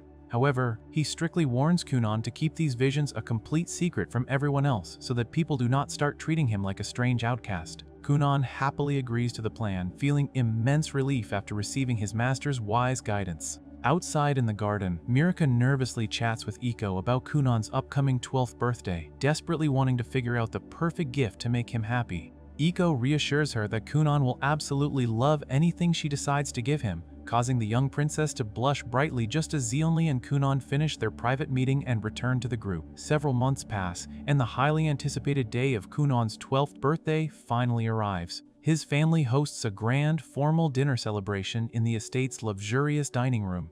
They all raise their glasses in a toast, and his father proudly presents him with a sturdy, golden-colored staff, noting that while it is a bit heavy, it will last him a very long time. His mother gives him a beautiful black box containing a golden quill pen with extra nibs, gently encouraging him to study hard during his upcoming time at the magic school. His brother then hands him a detailed brown notebook filled with custom food maps and restaurant recommendations, explaining that he needs something fun to look forward to during his long journey to the academy. The realization that Kunan is actually leaving for the faraway school finally hits his mother, and she breaks down crying into her white handkerchief. His brother and father quickly step in to comfort her, reassuring her that Kunan will graduate in no time and that he will always love her no matter how far away he is. Kunan smiles and confirms this, and his father loudly commands everyone to enjoy the celebration, bringing the joyful mood back to the table. Later that night, Kunan and Mirika meet alone on the dimly lit balcony under the starry night sky to say their private goodbyes. Mirika explains that she has mandatory school obligations on the actual day of his departure, so she came to give him her birthday gift early. She hands him a beautiful rectangular box, and when Kunan opens it, he finds an elegant metal bracelet inside. Mirika reveals that it is a matching pair with her own bracelet, and Kunan is deeply moved, claiming that matching with her outshines any royal crown. He jokes that talking to the bracelet will give his master a terrible toothache from the stress of his romantic radiance, but Mirika seriously asks him to speak to the bracelet whenever things get tough at the academy, as if he were talking directly to her. Kunan vows to do so and promises to write to her constantly, swearing that he will return to her no matter what happens. Mirika smiles warmly and promises to wait for him, and the two firmly clasp their hands together, cherishing their strong bond before his grand departure. The following morning, Kunan gathers his belongings and prepares to leave the estate for good. His entire family and the household staff gather in the lush green courtyard to see him off. His father tries to keep things positive by suggesting they say goodbye without any tears, but his mother is already weeping uncontrollably into her handkerchief. His brother jokes that Kunan looks completely unconcerned about leaving, noting that his calm demeanor is very typical of him, but admits that Kunan has changed for the better thanks to his maid's influence.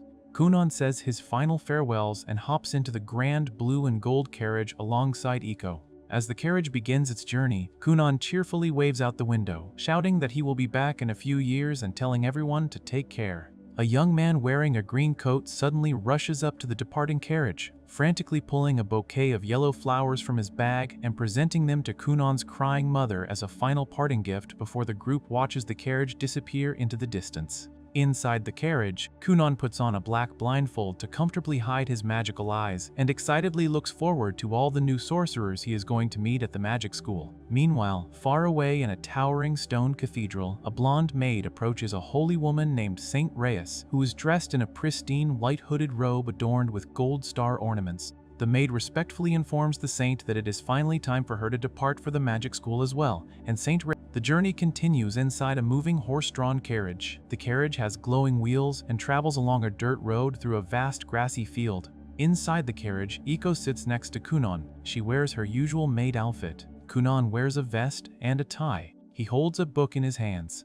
Iko talks to Kunon. She notes that it has been 5 days since they left his family's manor. She estimates that it might take a whole month to reach the magic school in Dirashik. Kunon listens to her. He says they will arrive at his grandfather's estate soon. Iko casually brings up her personal plans. She says she wants to get married. She explains that she is getting slightly past the marriageable age. She feels it is now or never to find a husband. She jokes with Kunon. She asks him if he thinks he can survive without her. She playfully asks if he will leave Princess Murica and marry her instead. Kunon looks troubled by her joke. Soon, they spot a massive white mansion with green roofs. This is his grandfather's estate. They arrive and step out of the carriage. Kunon remembers visiting the main family 4 years ago. He forgets the exact reason for the trip. Iko reminds him of his past actions. She says he dragged his entire family to the mansion because he wanted to read magic books in the large library. They head inside the building. Kunon's grandfather warmly welcomes him. The grandfather is an elderly man with a gray beard and black horns. He is actually a demon lord. He hugs Kunon happily. He tells Kunon that he has grown a lot. Kunon notes the contrast in his family. He says his mother is a hero and his grandfather is a demon lord. The grandfather laughs and asks if Kunon's mother is doing well. Kunon says she is strong enough to defeat the grandfather. The grandfather offers to buy Kunon anything he wants. He wants to celebrate Kunon getting into the magic school. Suddenly, a maid approaches them. She brings a white envelope with a red wax seal. The letter is from Kunon's mother. The grandfather reads the letter and gets very upset. He shouts in distress. The letter explicitly orders him not to spend more than 500,000 NECA on Kunon. The grandfather complains about the restriction. He says the amount is only 2 months of his salary. He suggests buying Kunon a large vessel in secret. Kunon declines the offer. He simply asks to meet his new maid. A young woman enters the room. Her name is Wrinkle Round. She is 18 years old. She has a black horn on her head and wears a maid outfit. She is Iko's younger sister. Rinko enthusiastically explains her reasons for taking the job. She says the pay is good. She wants to save money to open a restaurant in the future. She also needs money for her wedding expenses. She makes one thing very clear to Kunon. She states she will not be his mistress. Kunon is slightly confused. He tells her he has a fiancé. He advises Rinko to cherish her fiancé instead. Rinko promises to do her best. Kunon likes her energetic personality. He says he was worried she would not understand his sense of humor. Later, Iko and Rinko work together in the kitchen.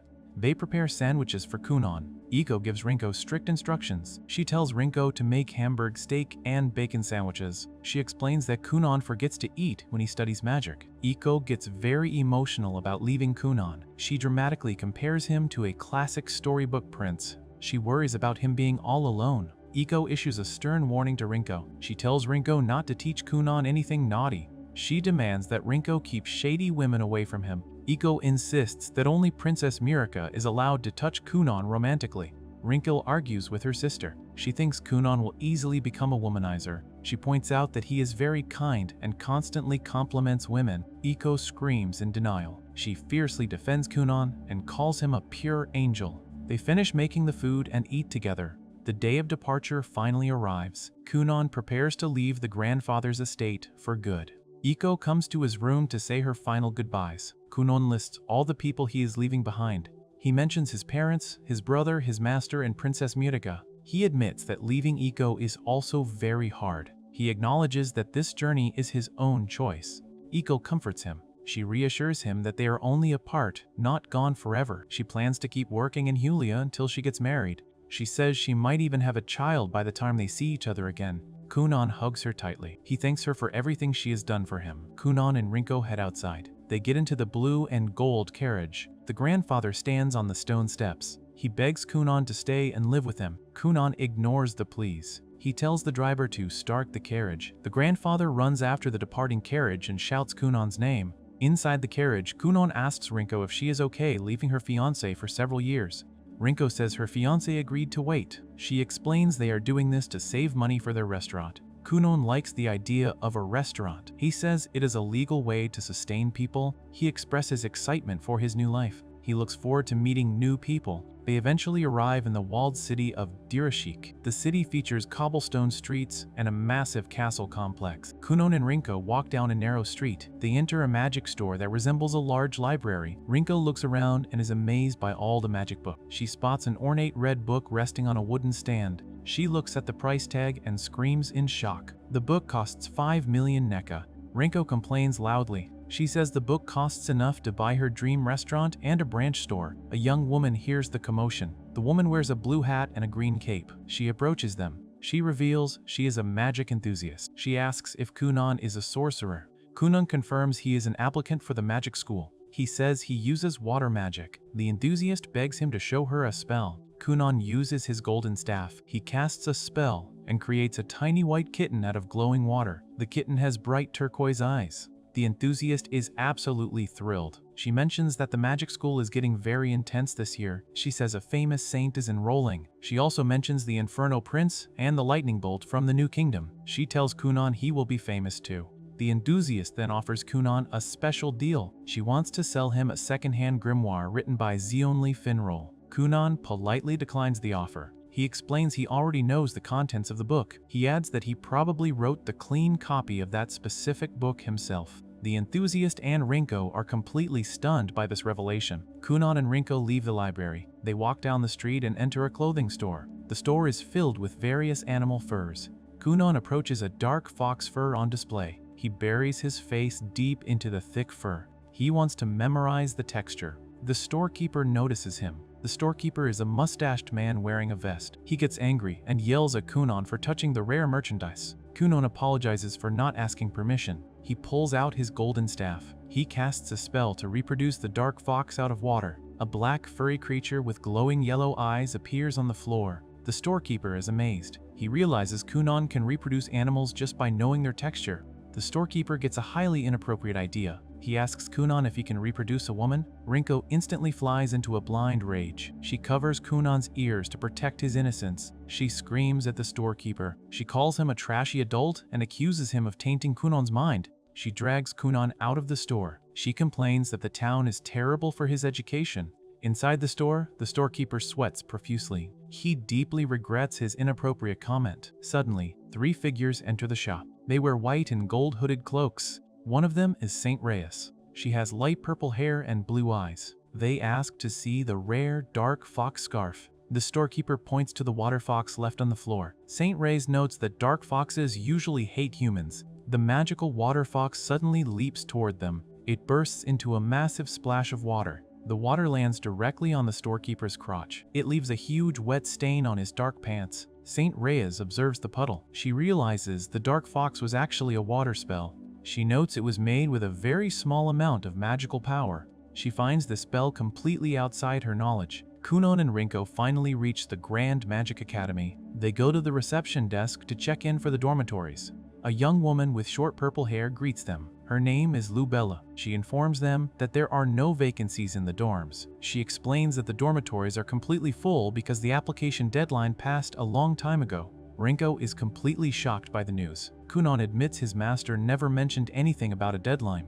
Meanwhile, Zionli is sitting at a desk in his room. Suddenly, a black-clad warrior violently crashes straight through the glass window. The warrior wears spiked black armor and carries a large spear. Zionli remains calm. He asks the warrior why he made such a dramatic entrance. The warrior smiles confidently. He says he urgently needs to talk about his beloved student. Back at the academy, Kunan figures out a new living arrangement. He tells Rinko he wants to rent a house instead of staying in a hotel. He reasons that he will be at the school for several years. Rinko gets extremely excited. She loves the idea of living alone together. Lubella hands them a list of real estate agents. She says these agents help sorcerers find suitable properties. Kunan and Rinko use the list to find a nice 2-story brick house to rent. Later, school officials review the list of incoming students. They converse in a dark space filled with sparkling stars. They note that they have the cream of the crop applying this year. They specifically mention Kunan Gorion. They recognize him as the only student. Kunan and Rinko return to the main school building. Kunan tries to go inside to check in for his entrance exam. Lubella stops him at the door. She strictly states that no one can enter except for students and authorized personnel. Rinko tries to bypass the rules. She pulls out a gold coin and tries to bribe Lubella. Lubella firmly rejects the bribe.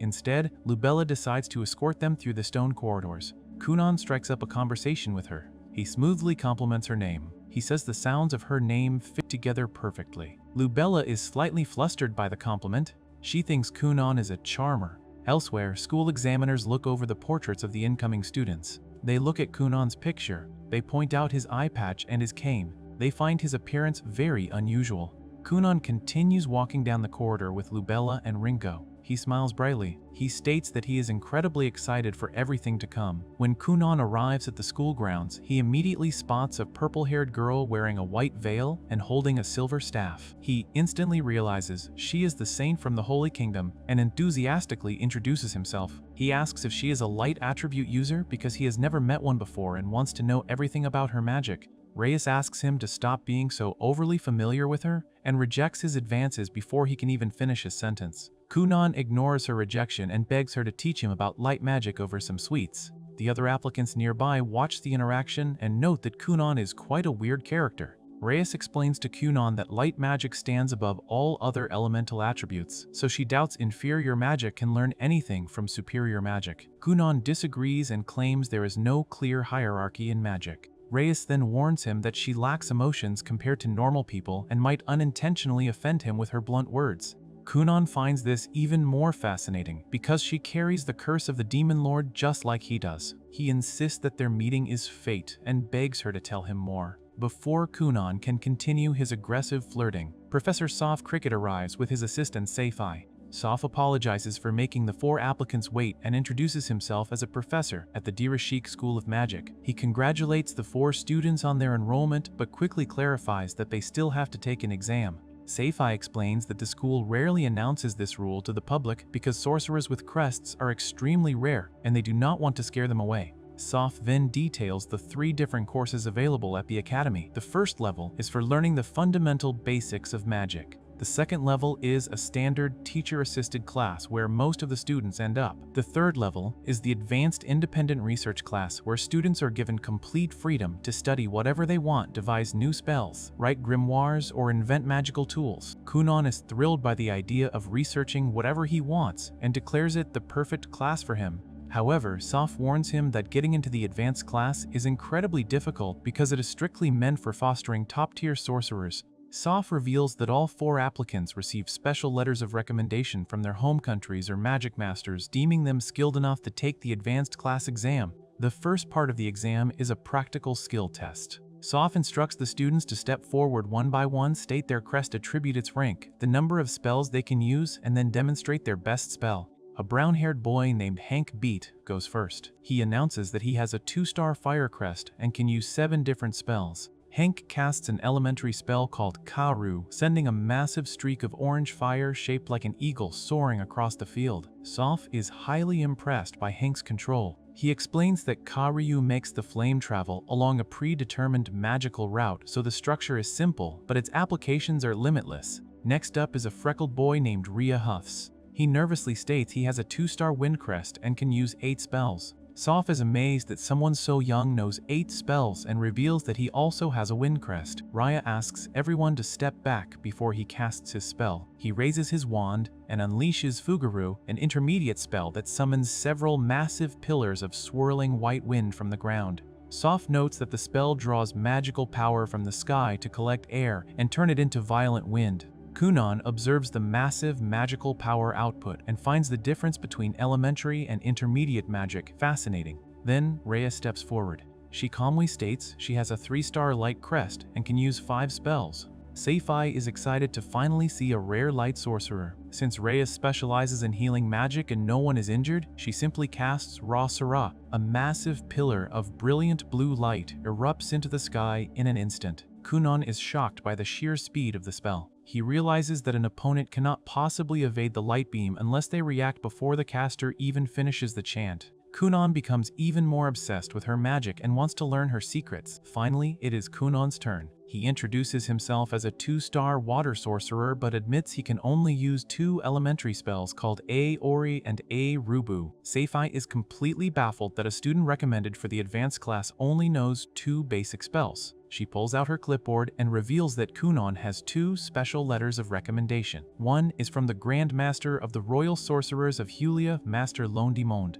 The other is from Kunon's own Master Zionli Finrol. Seifi notes that Zionli specifically requested the school to make Kunon's exam extra hard because his student can complete any assignment given to him. Seifi clearly despises Zionli and immediately transfers that hatred onto Kunon. She tells Kunon she hates his pretentious calmness and his flirty attitude. She completely agrees with giving him the toughest exam possible just to send him back home in failure. Kunon completely brushes off her insults and happily prepares for the test. He even turns back to Reyes and asks her to watch him so they can go out together afterward, but Seifi yells at him to stop flirting. Soph steps up to administer Kunon's test. He raises his glowing wand and casts the intermediate wind spell, Fu Ruguru. A massive swirling vortex of white wind surrounds Soph, creating an impenetrable barrier. The other students are amazed by the whirlpool of magical power. They realize that the strong wind will easily repel water and shred anyone who touches it carelessly. Seifi confidently states that a sorcerer with no attack magic cannot possibly break through an intermediate wind wall, especially with only 2 elementary spells. Soph challenges Kunon to try and hit him with his magic.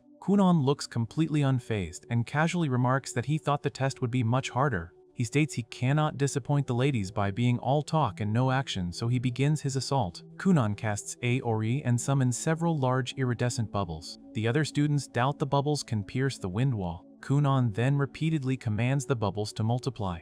Hundreds of massive bubbles fill the sky and surround the entire courtyard. Then Kunon taps his golden staff on the ground and commands the bubbles to change color. The massive sea of floating bubbles instantly turns into a thick swirling red mist that completely engulfs Soph and his wind barrier. Soph finds himself trapped inside a dense red fleshy environment with nowhere to run. Kunon casually sits down on a translucent red chair made of water. He explains his strategy to Soph. Because Aori is an elementary spell, it requires very little magical power to sustain. Kunon proudly declares he can keep the red mist active for at least 2 days straight. On the other hand, Soph is using an intermediate spell that drains a massive amount of magical power every second. Kunon points out that Soph will run out of energy in less than half a day. If Soph tries to lower his magical output, the red mist will instantly overwhelm him and penetrate the barrier. Kunon turned the combat test into a pure battle of endurance, putting Soph at a massive disadvantage. Realizing he has completely lost the battle of attrition, Soph surrenders and admits defeat. Kunon cheers happily and dismisses the red mist. Seifi is absolutely terrified by Kunon's potential. She realizes Zionli sent them a monster of a student.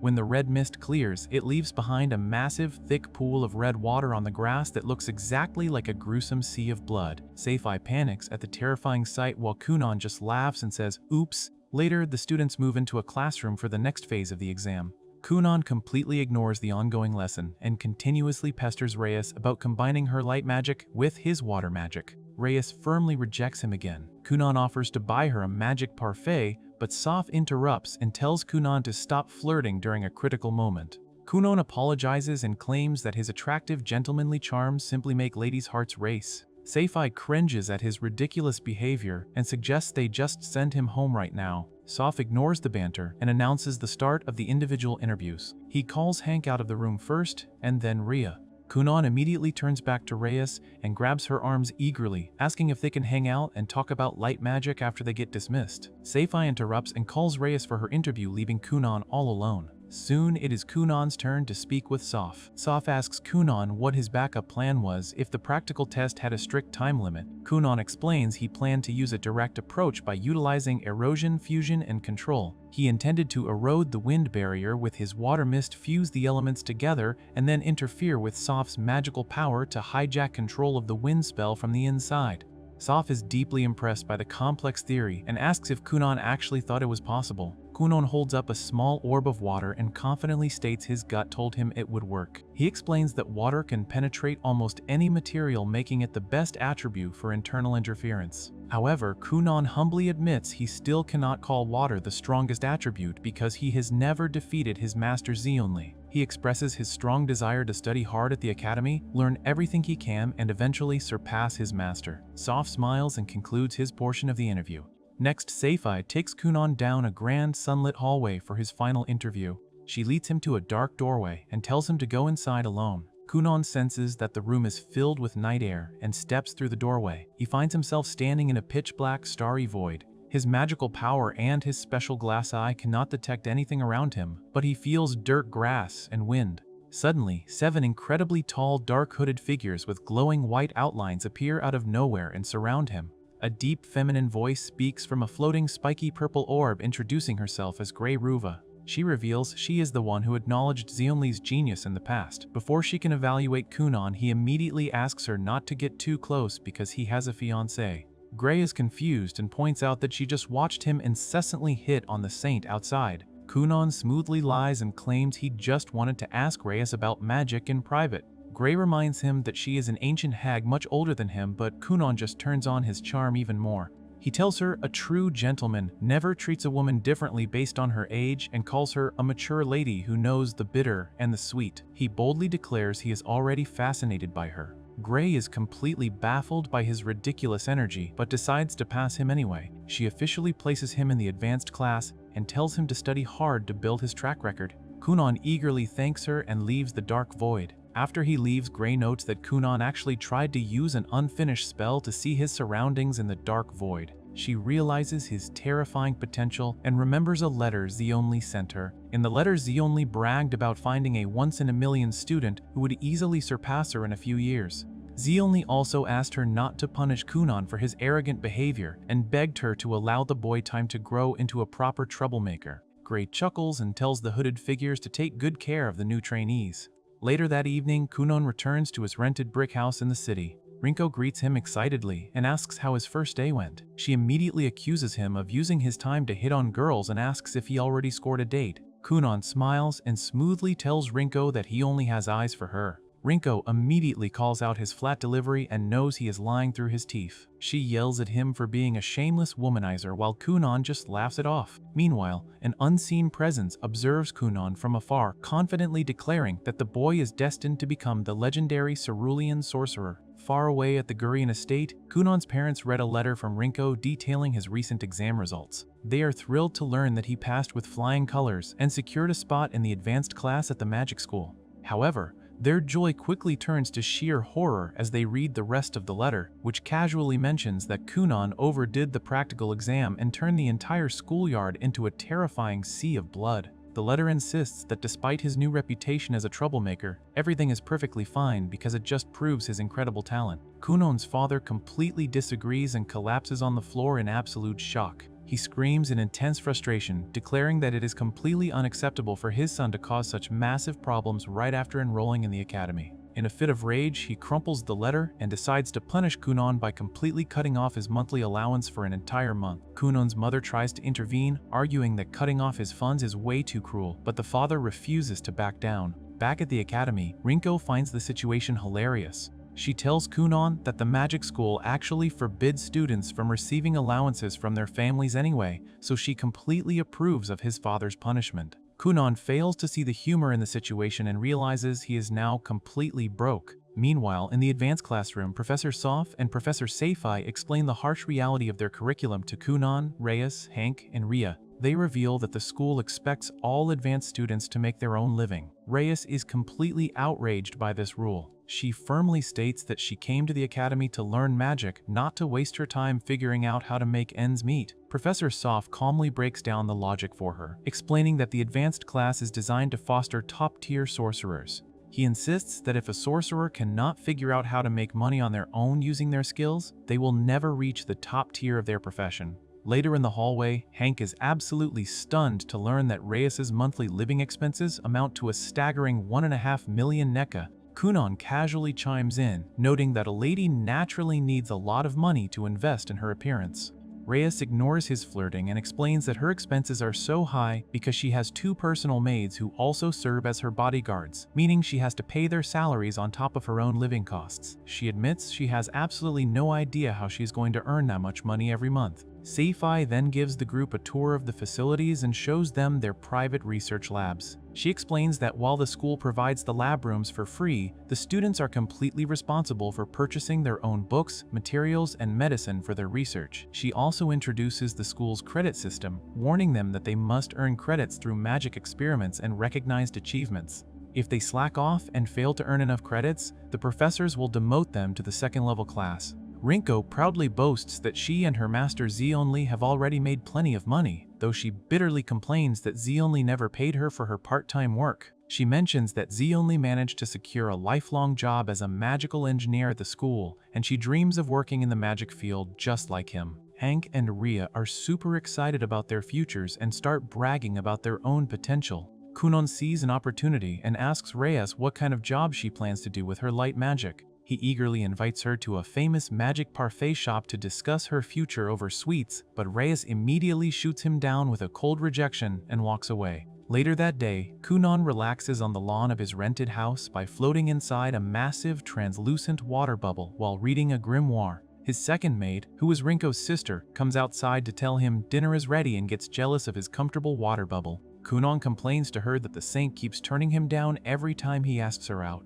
The maid sternly lectures him about his behavior, warning him that a true gentleman never acts pushy with ladies and respects their wishes above all else. She also strictly forbids him from being alone with any girl as it would cause unnecessary misunderstandings. Kunon promises to be careful. The maid then shifts the topic to his financial crisis and asks if he will actually be able to make enough money to pay her salary since his allowance got cut off. Kunon confidently smiles and guarantees that he will pay her just fine, which completely relieves her. That night, Reyes sits down for a modest dinner with her 2 maids in her own rented house. Her silver-haired maid confirms the worst possible news. She checked the school's guidelines and verified that Reyes is strictly forbidden from receiving any financial support from the Holy Kingdom or accepting outside donations. The school forces the students to be completely self-sufficient. The silver-haired maid offers to work without pay to ease the financial burden, and Reyes is incredibly grateful for the sacrifice. However, the maid instantly admits she was just lying to sound supportive, and Reyes calmly accepts this. The blonde maid suggests using healing magic to make money, but Reyes shoots the idea down. She explains that her healing magic is a sacred power bestowed by her god and her ancestors, so she absolutely refuses to use it for basic business purposes. A few days later, Kunon solves his money problems by starting a massive business on campus. Reyes and her classmates walk down the hall and are completely shocked to see a massive line of exhausted students waiting outside Kunon's lab. Rinko acts as the receptionist, managing the reservations and apologizing to the massive crowd because all the slots are completely full. Reyes asks what Kunon is doing, and Rinko cheerfully explains that they opened a sleep sanctuary. Inside the lab, Kunon has used his magic to create several floating water beds. Rinko explains that the water beds are so incredibly comfortable that it is the only creation Zionli has ever complimented Kunon for. Seifi clicks her tongue in pure annoyance, frustrated that Kunon figured out how to turn sleep into a highly profitable business. Rinko explains that magic students and professors constantly pull grueling all-nighters for their research, so offering them a perfect deep nap is highly lucrative. Kunon's business is such a massive hit that Professor Soph even grants him an additional lab space just to expand the operation. Kunon specifically makes the service available to the professors because he knows they are exactly the kind of people who desperately need sleep. The customer reviews are overwhelmingly positive. A first-level student claims the bed ruins people with comfort. A second-level student claims a 60-minute nap feels like sleeping for half a day, and a veteran professor swears that the bed completely erases the exhaustion of pulling 3 all-nighters in a row. The business brings in piles of silver coins, and students constantly flock to Rinko to pay for the 60-minute courses. Meanwhile, Reyes is completely miserable because she still has no way to make her 1.5 million NECA. Her maids suggest she swallow her pride and ask Kunon for business advice, noting that even her classmates recommend going to him. Reyes feels incredibly humiliated by the idea. She absolutely hates the thought of asking a frivolous guy who constantly hits on her for help. She assumes he will demand some inappropriate favor in return. However, with no other options, she eventually caves and visits Kunan's lab. To make sure he doesn't try anything weird, she brings Professor Seifai along as a chaperone, strictly following the rule about not being alone with a man. Kunan actually praises this decision, claiming a true gentleman should never prey on a lady's vulnerability anyway. Reyes explains her dire financial situation and makes it clear she will not use her sacred healing magic for profit. Kunan quickly pivots and suggests they sell spell verification data and archival reports of their experiments to other sorcerers. Reyes doubts anyone would buy data from first-year students. Kunan agrees that building a reputation takes too long, so he proposes a completely different idea. He asks if she can use her purification magic to create products, and she confirms she can. Kunan eagerly suggests they team up to invent and sell brand new magic tools. Seifai immediately interrupts and warns Reyes against the idea. She explains that if a magic tool becomes a massive hit, sharing the rights and profits with Kunan could lead to severe legal and financial problems down the line. However, Kunan completely dismisses the concern. He promises to make Reyes the lead on the project and tells them to just focus on making the money she desperately needs right now instead of worrying about future patent disputes. Reyes agrees to the partnership, and Kunan cheers wildly at the prospect of finally doing light magic experiments with her. The next day, Kunan, Reyes, and Seifai meet with Professor Shreya, the light attribute professor. Shreya is in a fantastic mood because she recently used Kunan's waterbed, which completely cured her fatigue and made her skin incredibly smooth. She hands Kunan a small box containing his special order. Kunan opens the box to reveal 5 seeds of the sacred herb, Shishila. He announces his grand plan to cultivate and grow the seeds. Reyes is completely baffled by this because the sacred herb Shishila is famous for only being able to grow in officially designated holy lands. Kunan explains his genius theory. He knows that holy lands are simply areas deeply imbued with holy magic and purification power. Since Reyes has a personal, unique spell called Sanctum that creates a massive holy barrier, Kunan bets they can artificially replicate the exact conditions of a holy land right inside their lab.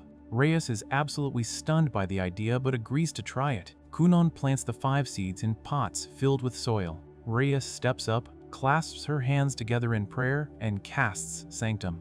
A radiant golden light and shimmering magical sparkles completely fill the room, washing over the pots.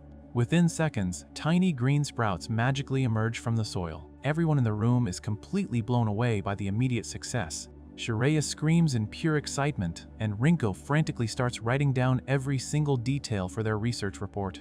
Reyes watches Kunan celebrate the magic experiment and realizes he was genuinely interested in the magical theory all along, meaning he wasn't just using the experiment as an excuse to hit on her. She feels a bit relieved, but the moment the experiment ends, Kunan immediately asks her out to lunch again. Reyes sighs and realizes he definitely is still hitting on her. Kunan then explains the insane value of the herbs. He reveals that if they successfully grow and process the shishila, they can easily make the 1.5 million NECA Reyes needs.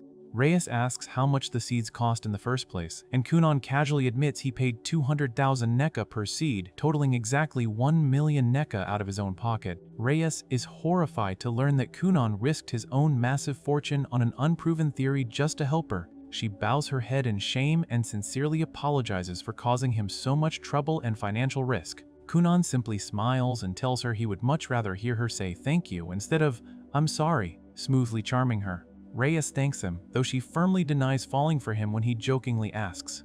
Over the next few days, the sprouts rapidly grow into beautiful white lilies under the artificial holy light. Kunan, Reyes, and Shreya harvest the glowing petals. Reyes carefully grinds the petals in a mortar, mixes them with dried isle grass, and adds a special liquid to create highly concentrated medicinal pills. They take the finished pills to a local merchant guild for appraisal. The guild clerk carefully examines the bright green spheres through a magnifying glass. Because the pills were grown in an artificially perfect holy environment, their purity is absolutely flawless. The clerk instantly appraises the batch at a staggering 2 million NECA, completely solving Reyes' financial crisis in one single move. To celebrate the massive success and the signing of a long-term contract with the guild, Kunan takes Reyes and her 2 maids out to an incredibly fancy restaurant. He tells the ladies to order absolutely anything they want, claiming it is a gentleman's greatest joy to dedicate his wallet to attractive women.